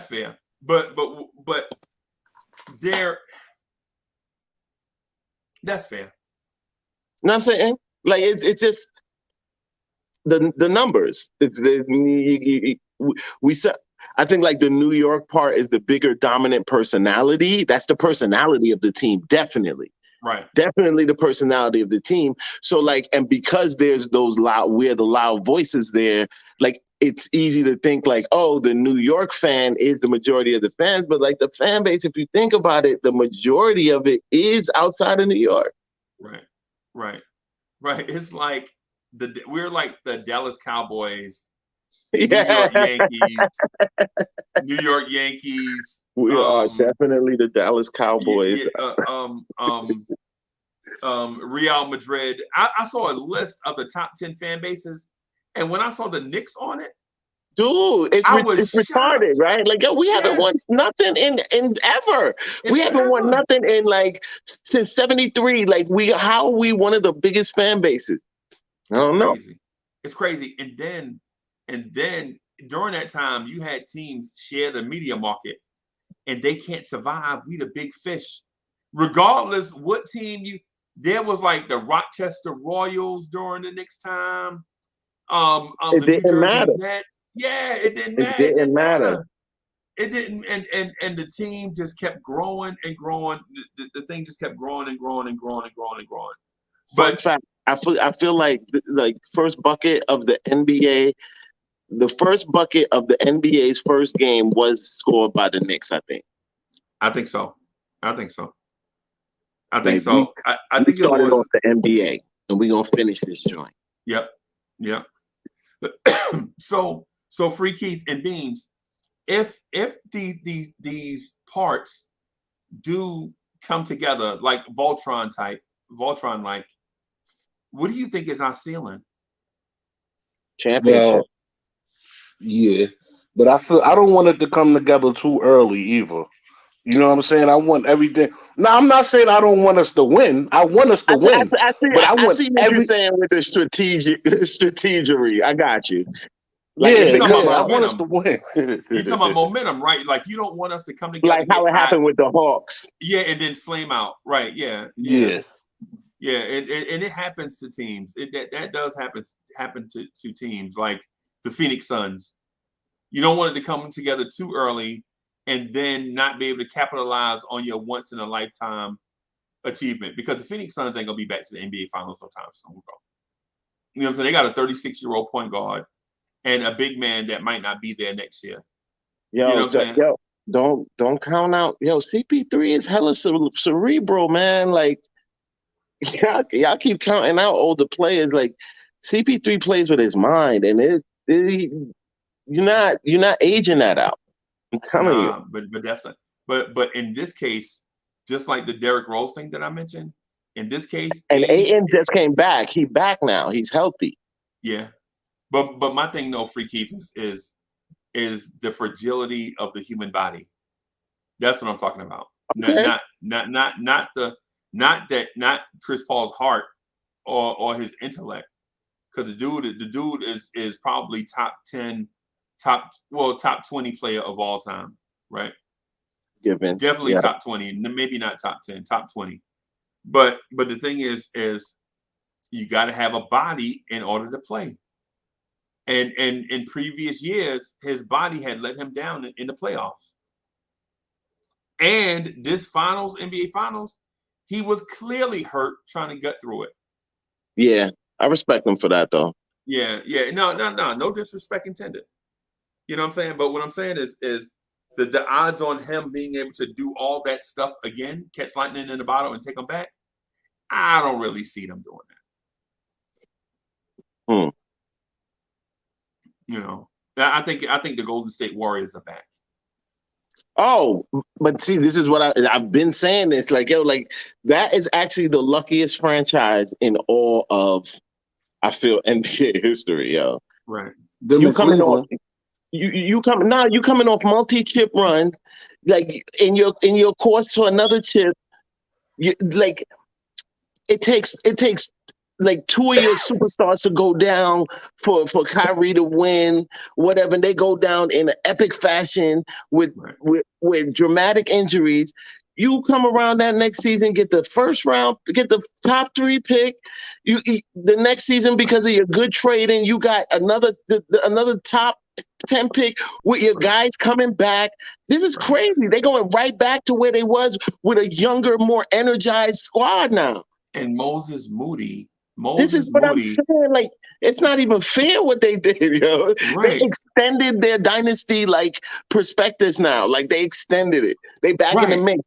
They right back in the mix where they left and with younger legs. Right, because Moses Moody might be a younger Klay Thompson-like player.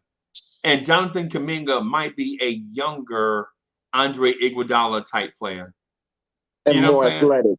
Yeah, more athletic and stronger. You know what I'm saying? So I feel you. I feel you on that. But in terms of the Knicks, though, I think Tibbs is the guy that can bring it all together. Knicks fans have to be patient with Tom Thibodeau, though.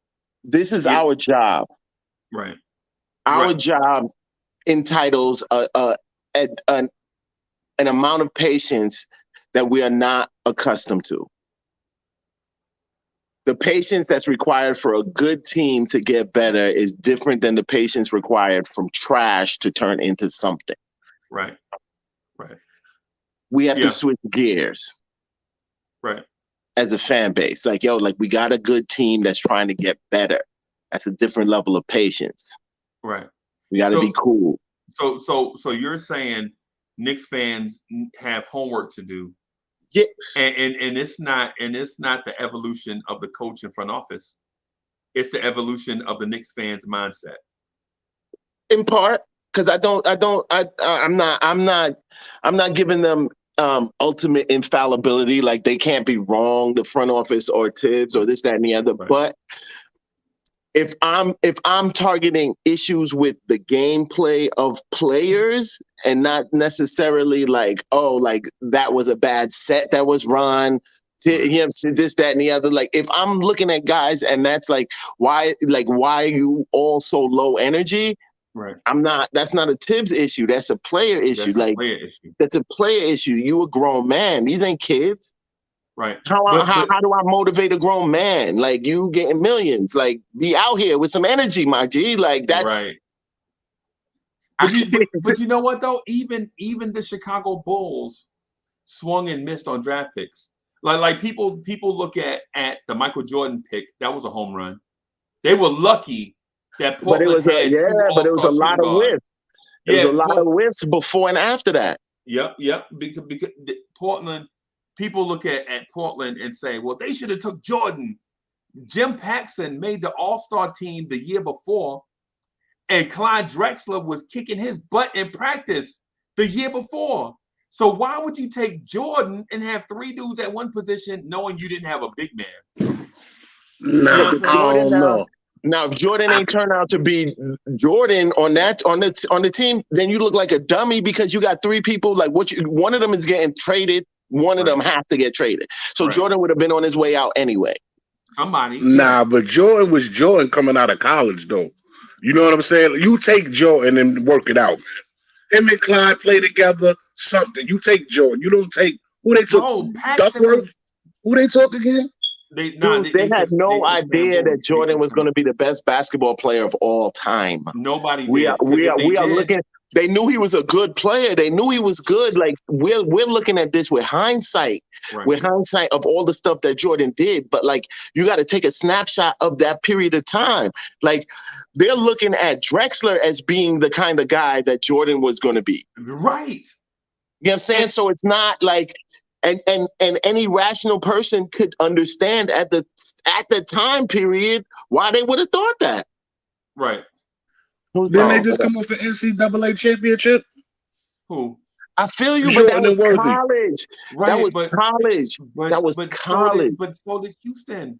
Houston had five Slamma Jamma. They did. Slamma Jamma. And bro, and Beans, don't forget, Clyde Drexler is a Hall of Famer first ballot. Dude, a lot of us like we that. You got to take away all the stuff that you know about what Jordan did over his career and focus on that moment, bro. They thought Clyde was Jordan. Yes. Why hands down. Like that was the whole conversation because it would have been pointless to waste a pick on Jordan when you got Clyde and you thought you're projecting Clyde to be this Jordan figure. Right. And so for young fans, and the league thought so too, quietly. So let's not actually just whittle it down to or pencil hole just them. That was the thought about Clyde. Right. And so for people that don't understand where we coming from with it, right? Think about this. You have a starting shooting guard named Craig Elo, right? He's real good. He a good NBA starter. But behind him, you have a dude named Ron Harper, right? And behind Ron Harper, you have a dude named Del Curry, right? You know what I'm saying? And you like, yo, I got to, but then at small forward, nobody can remember the name of the small forward, right? Because they didn't have one, bro. You know, they had role players there. And in this scenario where Jim Paxson, Beans, don't let this point fall on deaf ears, bro. Jim Paxson was an all-star. Mm-hmm. He represented the West in the all-star game at shooting guard for the Portland Trailblazers, but all year he was getting his butt kicked in practice by Clyde Drexler. Right? Okay. And so you go to the draft. And you like, well, Michael Jordan is here. I already got Clyde Drexler, and I already got. Not only do I have Clyde Drexler, I already have an all-star caliber player at the position already. You know what I'm saying? And people that's understandable. That's definitely understandable. People will say, well, everybody knew Jordan was going to be great. No, they didn't. Because if everybody knew Jordan would have been great, Jordan would have went number 1 overall. Number 1 overall. Yep. And he didn't. And he didn't. Yeah. Chicago got lucky, bro. That's someone like people don't want to admit like it's hindsight view, like in kind of infecting their thoughts about the whole thing. Like you're looking at it having known everything he accomplished, but none of that happened at the time period. Right. It didn't happen yet. Think about this. During the Showtime Lakers, the Portland Trailblazers had the all-star representative at shooting guard. Jim Paxson was the all-star. During the Showtime Lakers, Portland had the shooting guard that was in the all-star game, bro. That's what I'm saying. That's what I'm saying. So I'm not diminishing Michael Jordan's value or anything like that. Matter of fact, I didn't even want to go down that road. The road that I want to go down is be patient with your front office, because every move that you make is not gonna be a great like after Michael Jordan, after Scott Pippen, after Horace Grant, they drafted a dude named Scott Burrell. He was an All-American at UConn.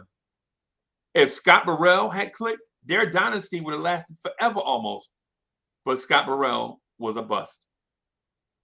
And every move that the front office make is not going to be that move, right? The Chicago Bulls drafted Stacey King, right? He was an All-American out of Oklahoma, right? If they would have had Stacey King, Scott Burrell, Scottie Pippen, Michael Jordan, B.J. Armstrong, bro, that team would have. But only three dudes that they drafted actually clicked out of the 9 or 10 that they drafted during that rebuild era. And so happens, that's all they really needed. All they needed was a Mike Joe. All they needed was the greatest player of all time, the greatest wing defender of all time, and a power forward that revolutionized the position. A power forward that can rebound at a high rate, defend, and knock down the 18-footer. Because before then, power forwards were not a weapon from 18 feet like Horace Grant. You know what I'm saying? I'm not saying that he changed the game, but he helped a bunch of power forwards in his era change the game. I'll put it to you like that.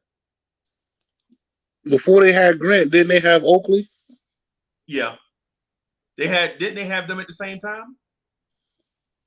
I think they might have. And that's what Oakley came with that trade with the Centers, right? Yeah, Charles Oakley was actually drafted by the Cleveland Cavaliers. Right, but you remember that Ron Harper, Craig Elo, Del Curry scenario I was saying? Remember that? How I said they had 3 guards, but they also had 2 power forwards at the same position, Hot Rod Williams and Larry Nance, right? And then they had Charles Oakley, so they traded Charles Oakley to Chicago, right?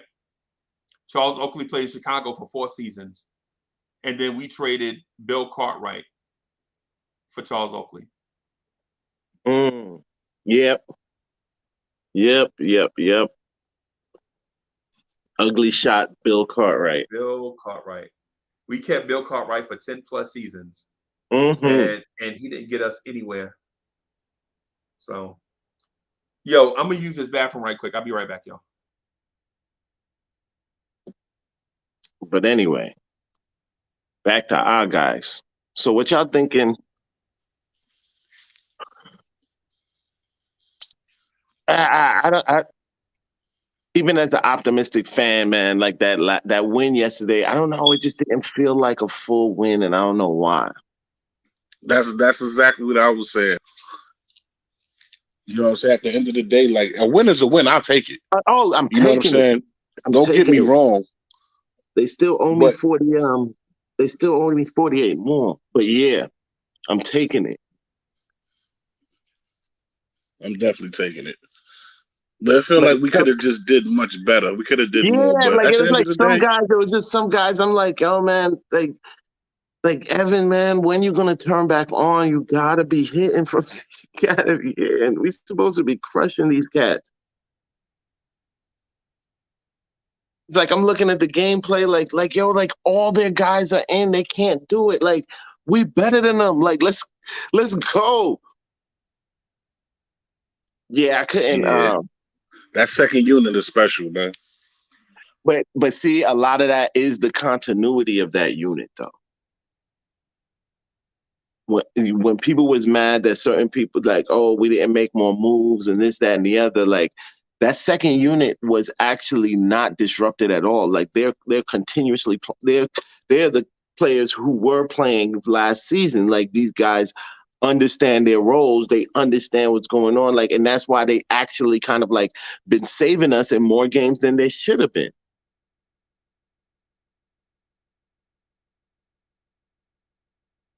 I can't wait. I can't wait for like these dudes have to. I'm not gonna kick. I'm not one of the dudes. I'm not kicking Randall in his back. I'm not kicking Fournier, Kemba. I feel like Kemba is just kind of revving up, like he's his engine is turning on, and I'm just waiting for those other two to follow suit. And I think we're good money. Even defensively, I think that we're gonna get better.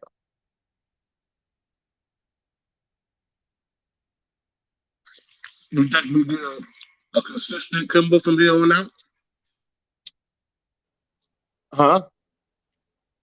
Oh no. Oh, Allah. It's not like I'm not feeling it. Yes, no. We did some good stuff. But that game could have easily went out of hand again. Like, you know what I'm saying? Like, we had to, I don't like, my heart don't like how they be playing them games and having to, like, have their back against the wall to play their best basketball. Like, that's not good.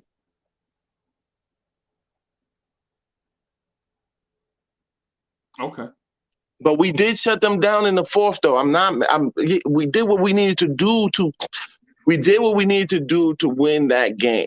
But like, to tell you the truth, like we didn't have to have that third quarter. Yeah. And we also, only needed the fourth quarter heroics because the third quarter was so trash. Yeah. And then to the perimeter, I want to give credit to the perimeter defense early on. Because the Pacers started out 0 of 9 from 3. They thought they was about to just do that same joint they did to us last game and just rain threes on us. Yep. So, I mean, it just feels like a half win to me. Oh, I mean, it's a full win. Yeah, I mean, it's definitely a full win. My feelings about it may be a little bit murky, but like, I'm taking the W. Is it like that? Do you feel like that because Randall didn't do what Randall usually does? No. Is that the reason why you feel like that? I think that's if I'm being honest, that's among them. Like, I feel like it's a bit of sour sweet for me because like, I feel like I'm waiting for Randall to turn on like last season. And I think that's a little bit more of him finding his place with these other cats.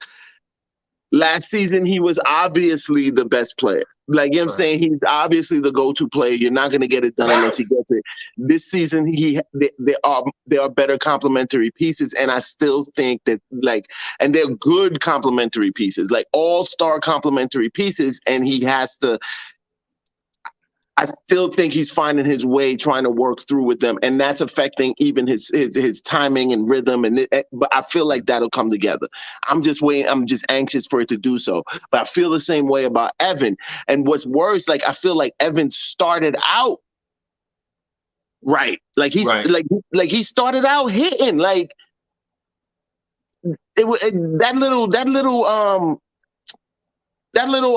handoff that Randall and him had, like, was looking like it was wet. Like, okay, like these cats, like they developing a chemistry and a rhythm, and then all of a sudden, blong, falling on his face, nothing. Right, nothing. Right. And see, part of that. But I know it's just a spell. Like these cats is not gonna be. Evan's not gonna be shooting that forever. He's not. Right. And part of that to me smells of two things. Hey, I got my bag, I'm straight. Right. And then part of it too is New Yorkers are crazy. So it kind of smells of both to me. Like I kind of like New York from a distance, but now that I'm here, you don't never get no break. New Yorkers are up 24/7. It's like this city never sleep. I'm just saying. And the other part of that is I already, now that I got the contract that's going to take me into retirement, I'm good. Who is that? Fournier. Fournier will never get a contract this size for the rest of his career. Ever. I feel like he can't play himself into a better contract than this. I honestly do. I feel like it's on him, to tell you the truth. At 32? At 32, he might be able to get. I'm telling you, at 32, this is only a what? A $60 million contract? No, 4 years, 78. It's 70. It's 4 years? Oh, I thought it was only 3. That's a 4-year, 3-year option. Yeah. I don't know. I can see him. Yeah, I can see him going to like the 3, get another 3, depending on how well this plays out. He walks away from somewhere inside of this contract. He helps this team get a chip. And he's a contributor. I don't know. I can see him playing. Help this team get a chip now. I can see him working himself into like at least similar bread. If he helped this team win a chip, then not only do we move the goalpost for him, we move the field. You know what I'm saying? No, when I say help, I don't mean like he's like the number 1 or number 2 option. I'm talking about like the role that he plays is significant. Right. Yeah. No, I'm with you. You got to pay him again because you want the same results. You know what I'm saying? Can I add something real quick to y'all Randall's points before I forget? Y'all was saying about Randall. I definitely understand what you were saying too, Keith, what I said. But what else I was thinking about is at the end of the day, like we see he not picking up the scoring numbers, but we knew he was going to have more help. And I thought that would make his playmaking better. And it's not even making his playmaking better. Yeah, he getting 6-7 assists, but when you got 5-6 turnovers to go with it, is that really making you know what I'm saying, better? Mm-hmm. I thought he would at least acknowledge that from coming out the playoffs last year. Like, all right, they're going to key in on me. Let me be a better playmaker, get my teammates going, And I haven't seen that. I've seen it in spurts, but like I haven't seen it consistently, and I have to agree with you there though. Like you once he sees that guys aren't hitting, it seems like he turns back into a superhero. Yeah. Like you have to, like cats have to start the game out like hitting already, and then like his trust is there. Like you know what I'm saying? Like it's fine. It's fine at that point when he if he's already seen you guys, if he's already seen the hits coming. He's already seen the hits coming. He's comfortable now, dishing and swishing, whatever. But as soon as it looked like it's a little bit of a drought, right, the cape come out. Yep. But so his mentor was like that, bro. It's why Shaq wanted to punch Kobe straight through his face. Facts. No, you're 100% right. Yep. You know what I'm saying? So I mean, I feel you. I feel you on all those aspects. I don't feel like that's a character flaw. I feel like I don't think it's a flaw. That wasn't what I was saying. I think it's what it is. I don't think it's a flaw. Because in the scenario, that's my point. No, that was my point. That's what I was saying. Oh, okay. I didn't mean to imply that that's what you said. What I'm saying is I don't think it's a character flaw. I think it's one of those things that make good players rise to the occasion. Can you rise to the occasion when the occasion needs somebody to rise to it? L, what's good? What's going on, fellas? Slow motion. I'm hurt, bro. Did you see Noah Syndergaard sign with the Angels? Yeah, I just seen it. I was just about to say.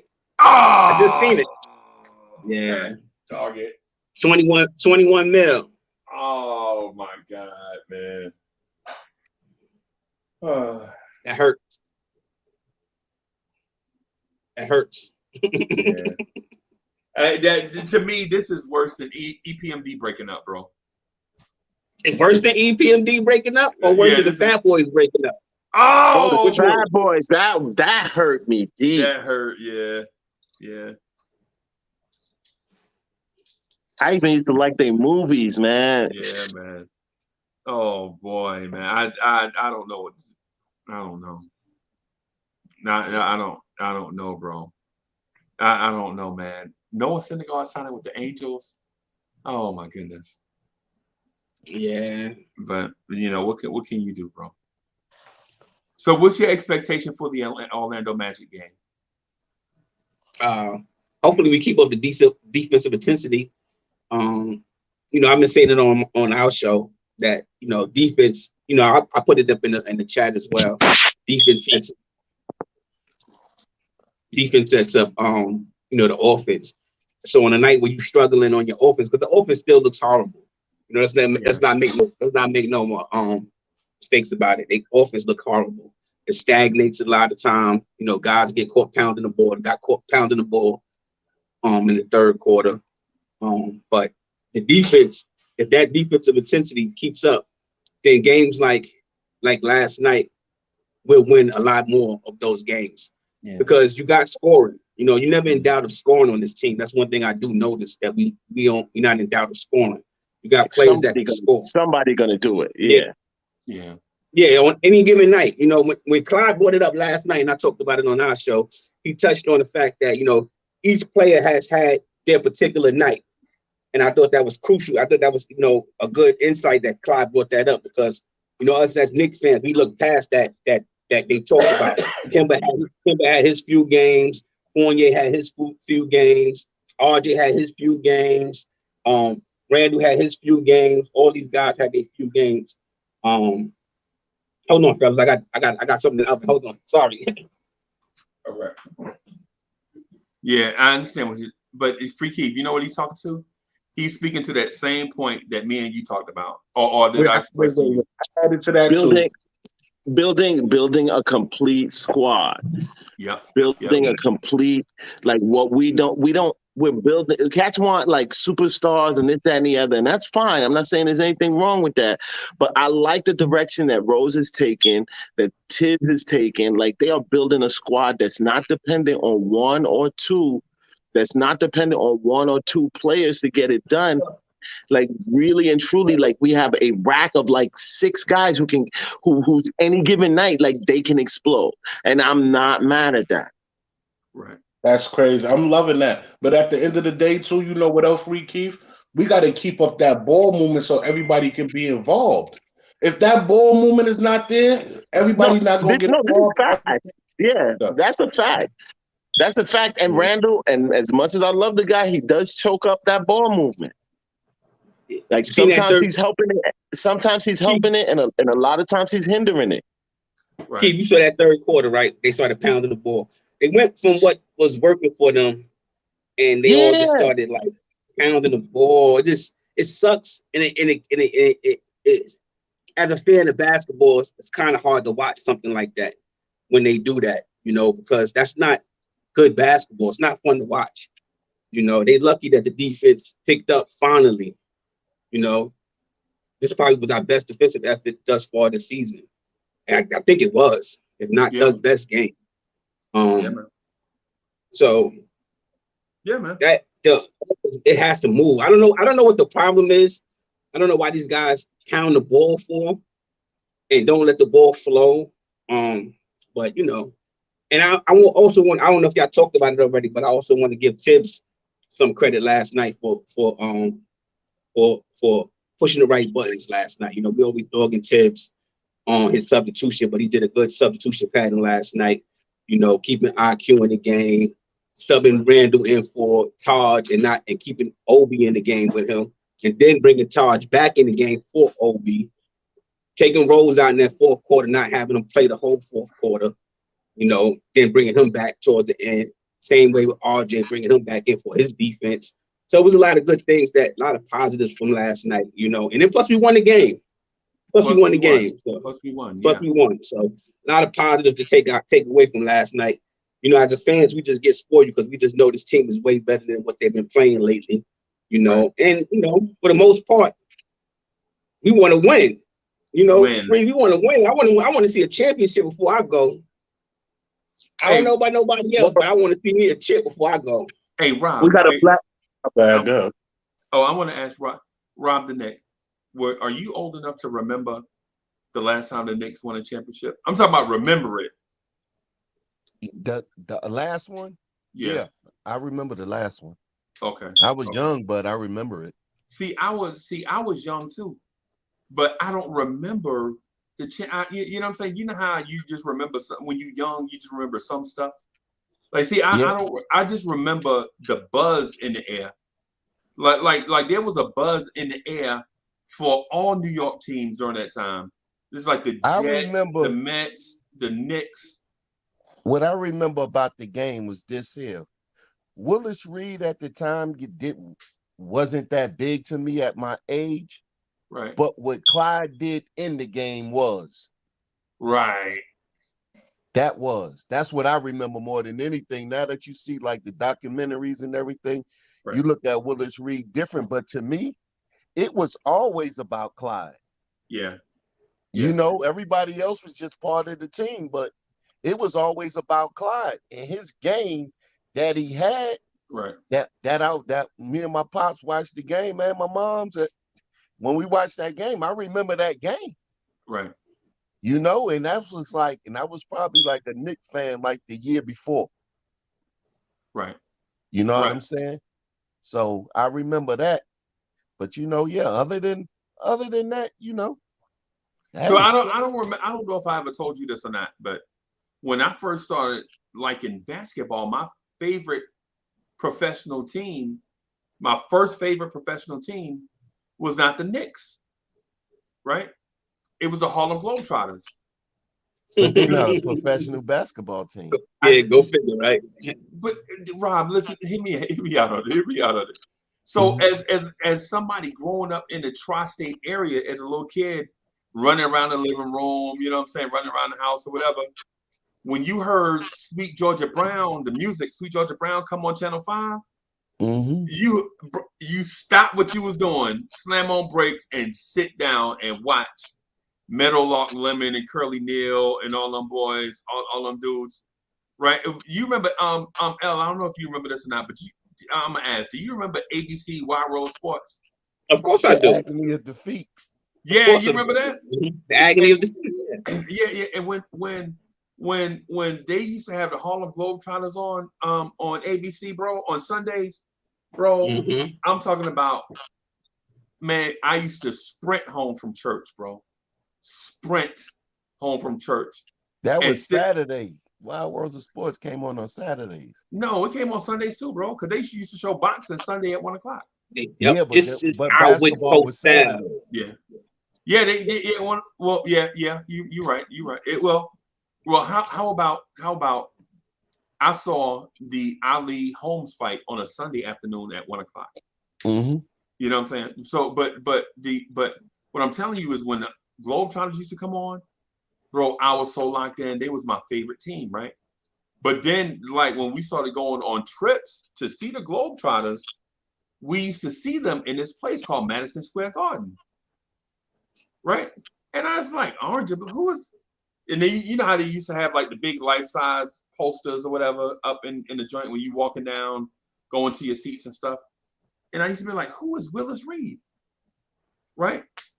And my uncles them used to be like, yo, the Knicks gonna be good this year. I remember them telling me, and this is the year they won a championship. He's like, the Knicks gonna be good this year. And I was like, they can't beat the Globetrotters though. And he was like, bro, you so little, you so young and naive. He's like, yo, this kid, Clyde Frazier, he the real deal. And we got Pearl Monroe. And so what I'm getting at is there was a buzz in the air then, and I couldn't feel the buzz in the air then, right? And ever since then, I was trying to like recapture that feeling and then have something happen. Because there was other times that we recaptured the 1992, we recaptured that buzz was in the air. I felt like we had the best team in the NBA, right? In 92, right? We didn't. Chicago Bulls beat us. You know what I'm saying? Blah, blah, blah. I felt like 94, we got hot. We didn't have the best team. I felt like the Seattle Supersonics with Gary Payton and Sean Kemp and Vincent Askew and Sam Perkins and what's my man name? Nate McMillan and all them boys. I felt like they had the best team. They may have had the best record, right? But we got hot. We knocked off some teams and we made it and we didn't win. And then in 96, we kind of recaptured it. I felt like we didn't start the season as the best team, but we finished the season as the best team. And then we wound up losing you know how it is. The NBA rigged it. So, but anyway, my point is this generation of Knicks fans in my opinion, feels like it's easy to get that feeling and go win a chip. All you got to do is sign such and such. And what I try to do every day is explain to everybody, like, this thing ain't easy, bro. It's not as easy as going out trading for Karl Anthony Towns and you win a championship. Or you go try to trade for Paul George and you win a championship. You got to put these players together and they got to play together a while. They got to develop chemistry, bro. They got to develop chemistry, bro. You know what I'm saying? I think, and I think that's the thing that we doing with this team. Like, this team right here is struggling. Like, sometimes the second unit is the best unit. Sometimes the first unit is the best unit. Sometimes the three-pointers are going. Last night, give you an example. Two things happened. The defense was clicking and the second unit was clicking. Right? But we didn't get all the units clicking at once. So, Rob, how long do you think it's going to take before this unit right here get to a point where they can contend? First of all, yesterday, as far as I'm concerned, the defense wasn't clicking. And let me tell you why. Okay. Indiana is a mirror image of the Knicks in style of play for the first unit. Okay. They do the same things. There's no speed on the team. There's really no speed. They got speed players, but there's really no speed. Right. And when Indiana and the Knicks play, it's always like a playoff atmosphere. So the ball is going to move slow. And that plays into the hands of the first unit. What kills the first unit is speed. Okay. So when they play in when the Knicks play mature teams, they seem to play better. When they play young teams, they're at their worst. They really at their worst. Okay. Because there's no real speed on that first unit. So therefore, when you play that type of game, it's a grind out game. Shots are being missing. And it's a thin line between ball movement and pounding the ball and timely shots. All of that goes together. Oh, yeah. Yeah. All of that goes together because if you're losing a 16-point lead, okay, your go-to guy got the ball. So now what he's looking to do is still pass the ball around or get the timely shot to stop the other team's run and keep on going. That's a real thin line. Yeah, very. Because every missed shot, more pressure is being put on the offense on the next go down. Right. So then now you got people taking it into their own hands and doing it. But what Tibbs did yesterday, every time they got in that position when they was going down 4, he called a timeout and brought it back to their attention. Right. And then they didn't respond. So he had to go with the second unit because he gave them 3 times. That lead went from 1 to 10. And Tibbs didn't pull them until it was time. Then when he pulled them and they came back, he knew that he couldn't come back with the starters like that. Right. So he had to intertwine them. Yeah. And then it worked out for him. But he's going to have to find the balance of speed, knowledge, and basket making. And it's all on that team. But so it's up to him to figure it out. Because everything that you need to win games is on that team. You don't have to really go nowhere. You got to find the right players to put in to get the job done. Right. And now I think that Tibbs is aware of it. So going forward, that's what we need to look at. What Tibbs is doing as far as in-game adjustments, which he did for the first time yesterday in the fourth quarter. He did things. Like he said. I think. I know. I heard that somebody say that. He brought Rose in the fourth quarter, took him out, then brought him back in to close the game.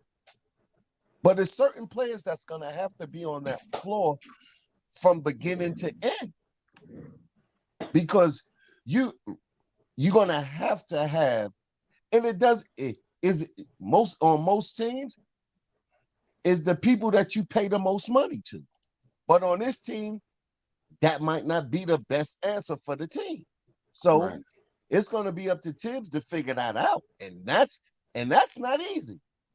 What he got going for him right now, because the starting five that they paid for in the offseason, we can see is not going to be the ones that get the job done as far as down the stretch. You don't think unless they start to learn that no matter what, we're going to pass the ball, and because we're going to be talking this, we'll have the same talk, but the conversation will be different. We had ball movement the whole game. But we paying Randall $30 million to take over the game. We're not doing that yet because we don't want him to do that yet. But we will make him the scapegoat of that if passing the ball don't work, because we paying him the money. So it's a thin line. What you really want, do you really want to see? RJ came alive, but RJ was suspect. Yeah. But everybody talked about Randall's turnovers. Damn, them 5 out of 10 turnovers, that's a problem. Okay. Quickly bailed us out, but that could have been a problem. Yep. At the end of the game, the Knicks would have lost. Randall with no handle. But now since Quickly bailed them out, because if you got to talk about Randall with no handle and we lost that game, you would have had to talk about RJ. Right. Quickly saved them both. Right. Because we won the game. Okay. Quickly and Rose. And Taj with the D. We saved them. So Tibbs is gonna have to figure some things out. And it's on him. I mean, it was a lot of stars from last night. IQ was just one of them. I can't say he saved us. He was just one of the key members of part of winning the game. That game would have been lost. We would have lost that game. Rose. Taj. No, I'm saying it was a collective effort, though. I can't just pinpoint it on one player and say IQ get all the kudos. I can't do that. Put it like this here. I can't. Who did they stick the mic Rose was out there at the end of the game? Rose? Huh? No, they didn't. Say it again. Yes, they did. I saw Derrick. No, you didn't. You seen Quickly. Say it again. No. Which interview? You talking about? Okay. At the end of the game, when they interview, they interview that last person. Yeah. It was Quickly. Kimber walked up to him. They put the microphone in front of Quickly's face. Mm-hmm. That's usually tell you. I thought you were talking about the MSG. I thought you were talking about the MSG interview with Derrick Rose was panting like a racehorse. You saw that? All I'm saying is that they all played. I can't just give IQ the whole kudos and say, because Kimber played good last night. Rose played good last night. Burks played good last night. All these guys had their moments, and they all had moments at key moments of the game. Look, so I can't. I'm sorry, I just can't give it to IQ. I got to give it to the team. Yeah. But look, when you take Kimber out the game going down the stretch, that's the best thing for the Knicks. Yeah, because his defense is suspect. Okay. And who they had in the game? Who they had in the game when they took him out? Quickly. They put Quickly in. No, they have Derrick Rose in the game. Then they subbed Derrick Rose and they had Burks running the point. Then they had Burks running the point. Quickly was still in the game. He was still in the game, but he wasn't running the point. He wasn't running the point. So you took the point guard out. I'm not talking about as positionless. I'm talking more positionless basketball. Those 4 threes and those rebounds that Quickly got. Yeah. Quickly got 3 rebounds in the fourth quarter that was crucial to the win. Besides the 4 threes that he hit, he was 3 for 4 from 3. Those rebounds that he got, those second chance offensive rebounds. Okay. That's what put it over the top. Okay. I wasn't looking at the shooting is what he does. He went down and I know where you're coming from, but I just can't. I seen the game too, and I just can't. It was so many key moments. Each player had their key moment, RJ to Barrett help win 3. that game. RJ Barrett had key moments to help win that game. Derrick Rose hit big shots to help win. Burks hit big shots to win that game, and great defense on top of that. So I just can't give it to IQ and say IQ won that game for. Hey, look, I just what can't about do the defense? confidence. IQ, It was so many stars from last night. Hey, look, the defense that quickly played on LeVert down the stretch was legendary. That man always kills us. They put IQ on him. He wasn't guarding LeVert. him. He wasn't guarding LeVert down the stretch. Yes, he was. Yes, he was. No, he wasn't. He was guarding. What's his name? McCollin. McCollin wasn't in the game. Yeah. If he was in the game. No, he wasn't. Not down the stretch. But look at it. Look at it again. No, it was. But he had because they brought RJ. They brought RJ back in the game. And RJ was on Karis LeVert. It was Brogdon. It was Brogdon, LeVert, Miles Turner, the white guy, Sabonis. and it wasn't who was the other guy in there? The other guy was the Holiday boy. Yeah. That was it. They talking about the starting five. He talking about the starting five, Al. And down the stretch, that's who they rock with. Yeah, he talking about the starting the five. The white guy wasn't in there. Yeah. McCollin wasn't in there. Okay. Wasn't Burks It was RJ on LeVert. No, it was quickly on LeVert. It was quickly on LeVert. It was most definitely quickly on LeVert. That's not even a, that's not even a conversation. It was quickly on LeVert. Okay. So, but the thing I was getting about the win though is one where I felt like it was a half win to me, and I know all wins are W's, but I don't feel like we played our best game. We didn't. You know what I'm saying? It's like when your football team beat the team 9-6, nobody scored touchdowns, but you win. Yeah, that wasn't our best game. Yeah. Hey, but y'all, I gotta get out of here. I gotta wrap up, man. Okay. All right. Love y'all guys. Yeah, man. Hey, for sure, L. Hey, listen, we definitely gonna start coming through, come hang out with y'all. Y'all gonna be on Wednesday, right? Yeah, listen, we had y'all gotta go check it out. We had Oliver Taylor on Big East MVP. You should remember that. Seton Hall. You should remember that, Freeze, last night. Okay. You know what I mean? Dropped elbows with Jordan, former teammate of Jordan. We had him on last night, dropping some gems on this last night. Some crucial gems that I think people need to hear, especially guys that are trying to be basketball players. You know what I mean? He was dropping some gems on what it takes to be a professional in this league. So I'm gonna go. Everybody should check that out. I'm gonna put it on. I'm gonna play it right now while I go do this stuff. Mm-hmm. All right, y'all. See y'all tomorrow. All right, y'all. Hey, thank you, everybody. For All right, bro. We'll holler at y'all tomorrow, man. Peace. All right.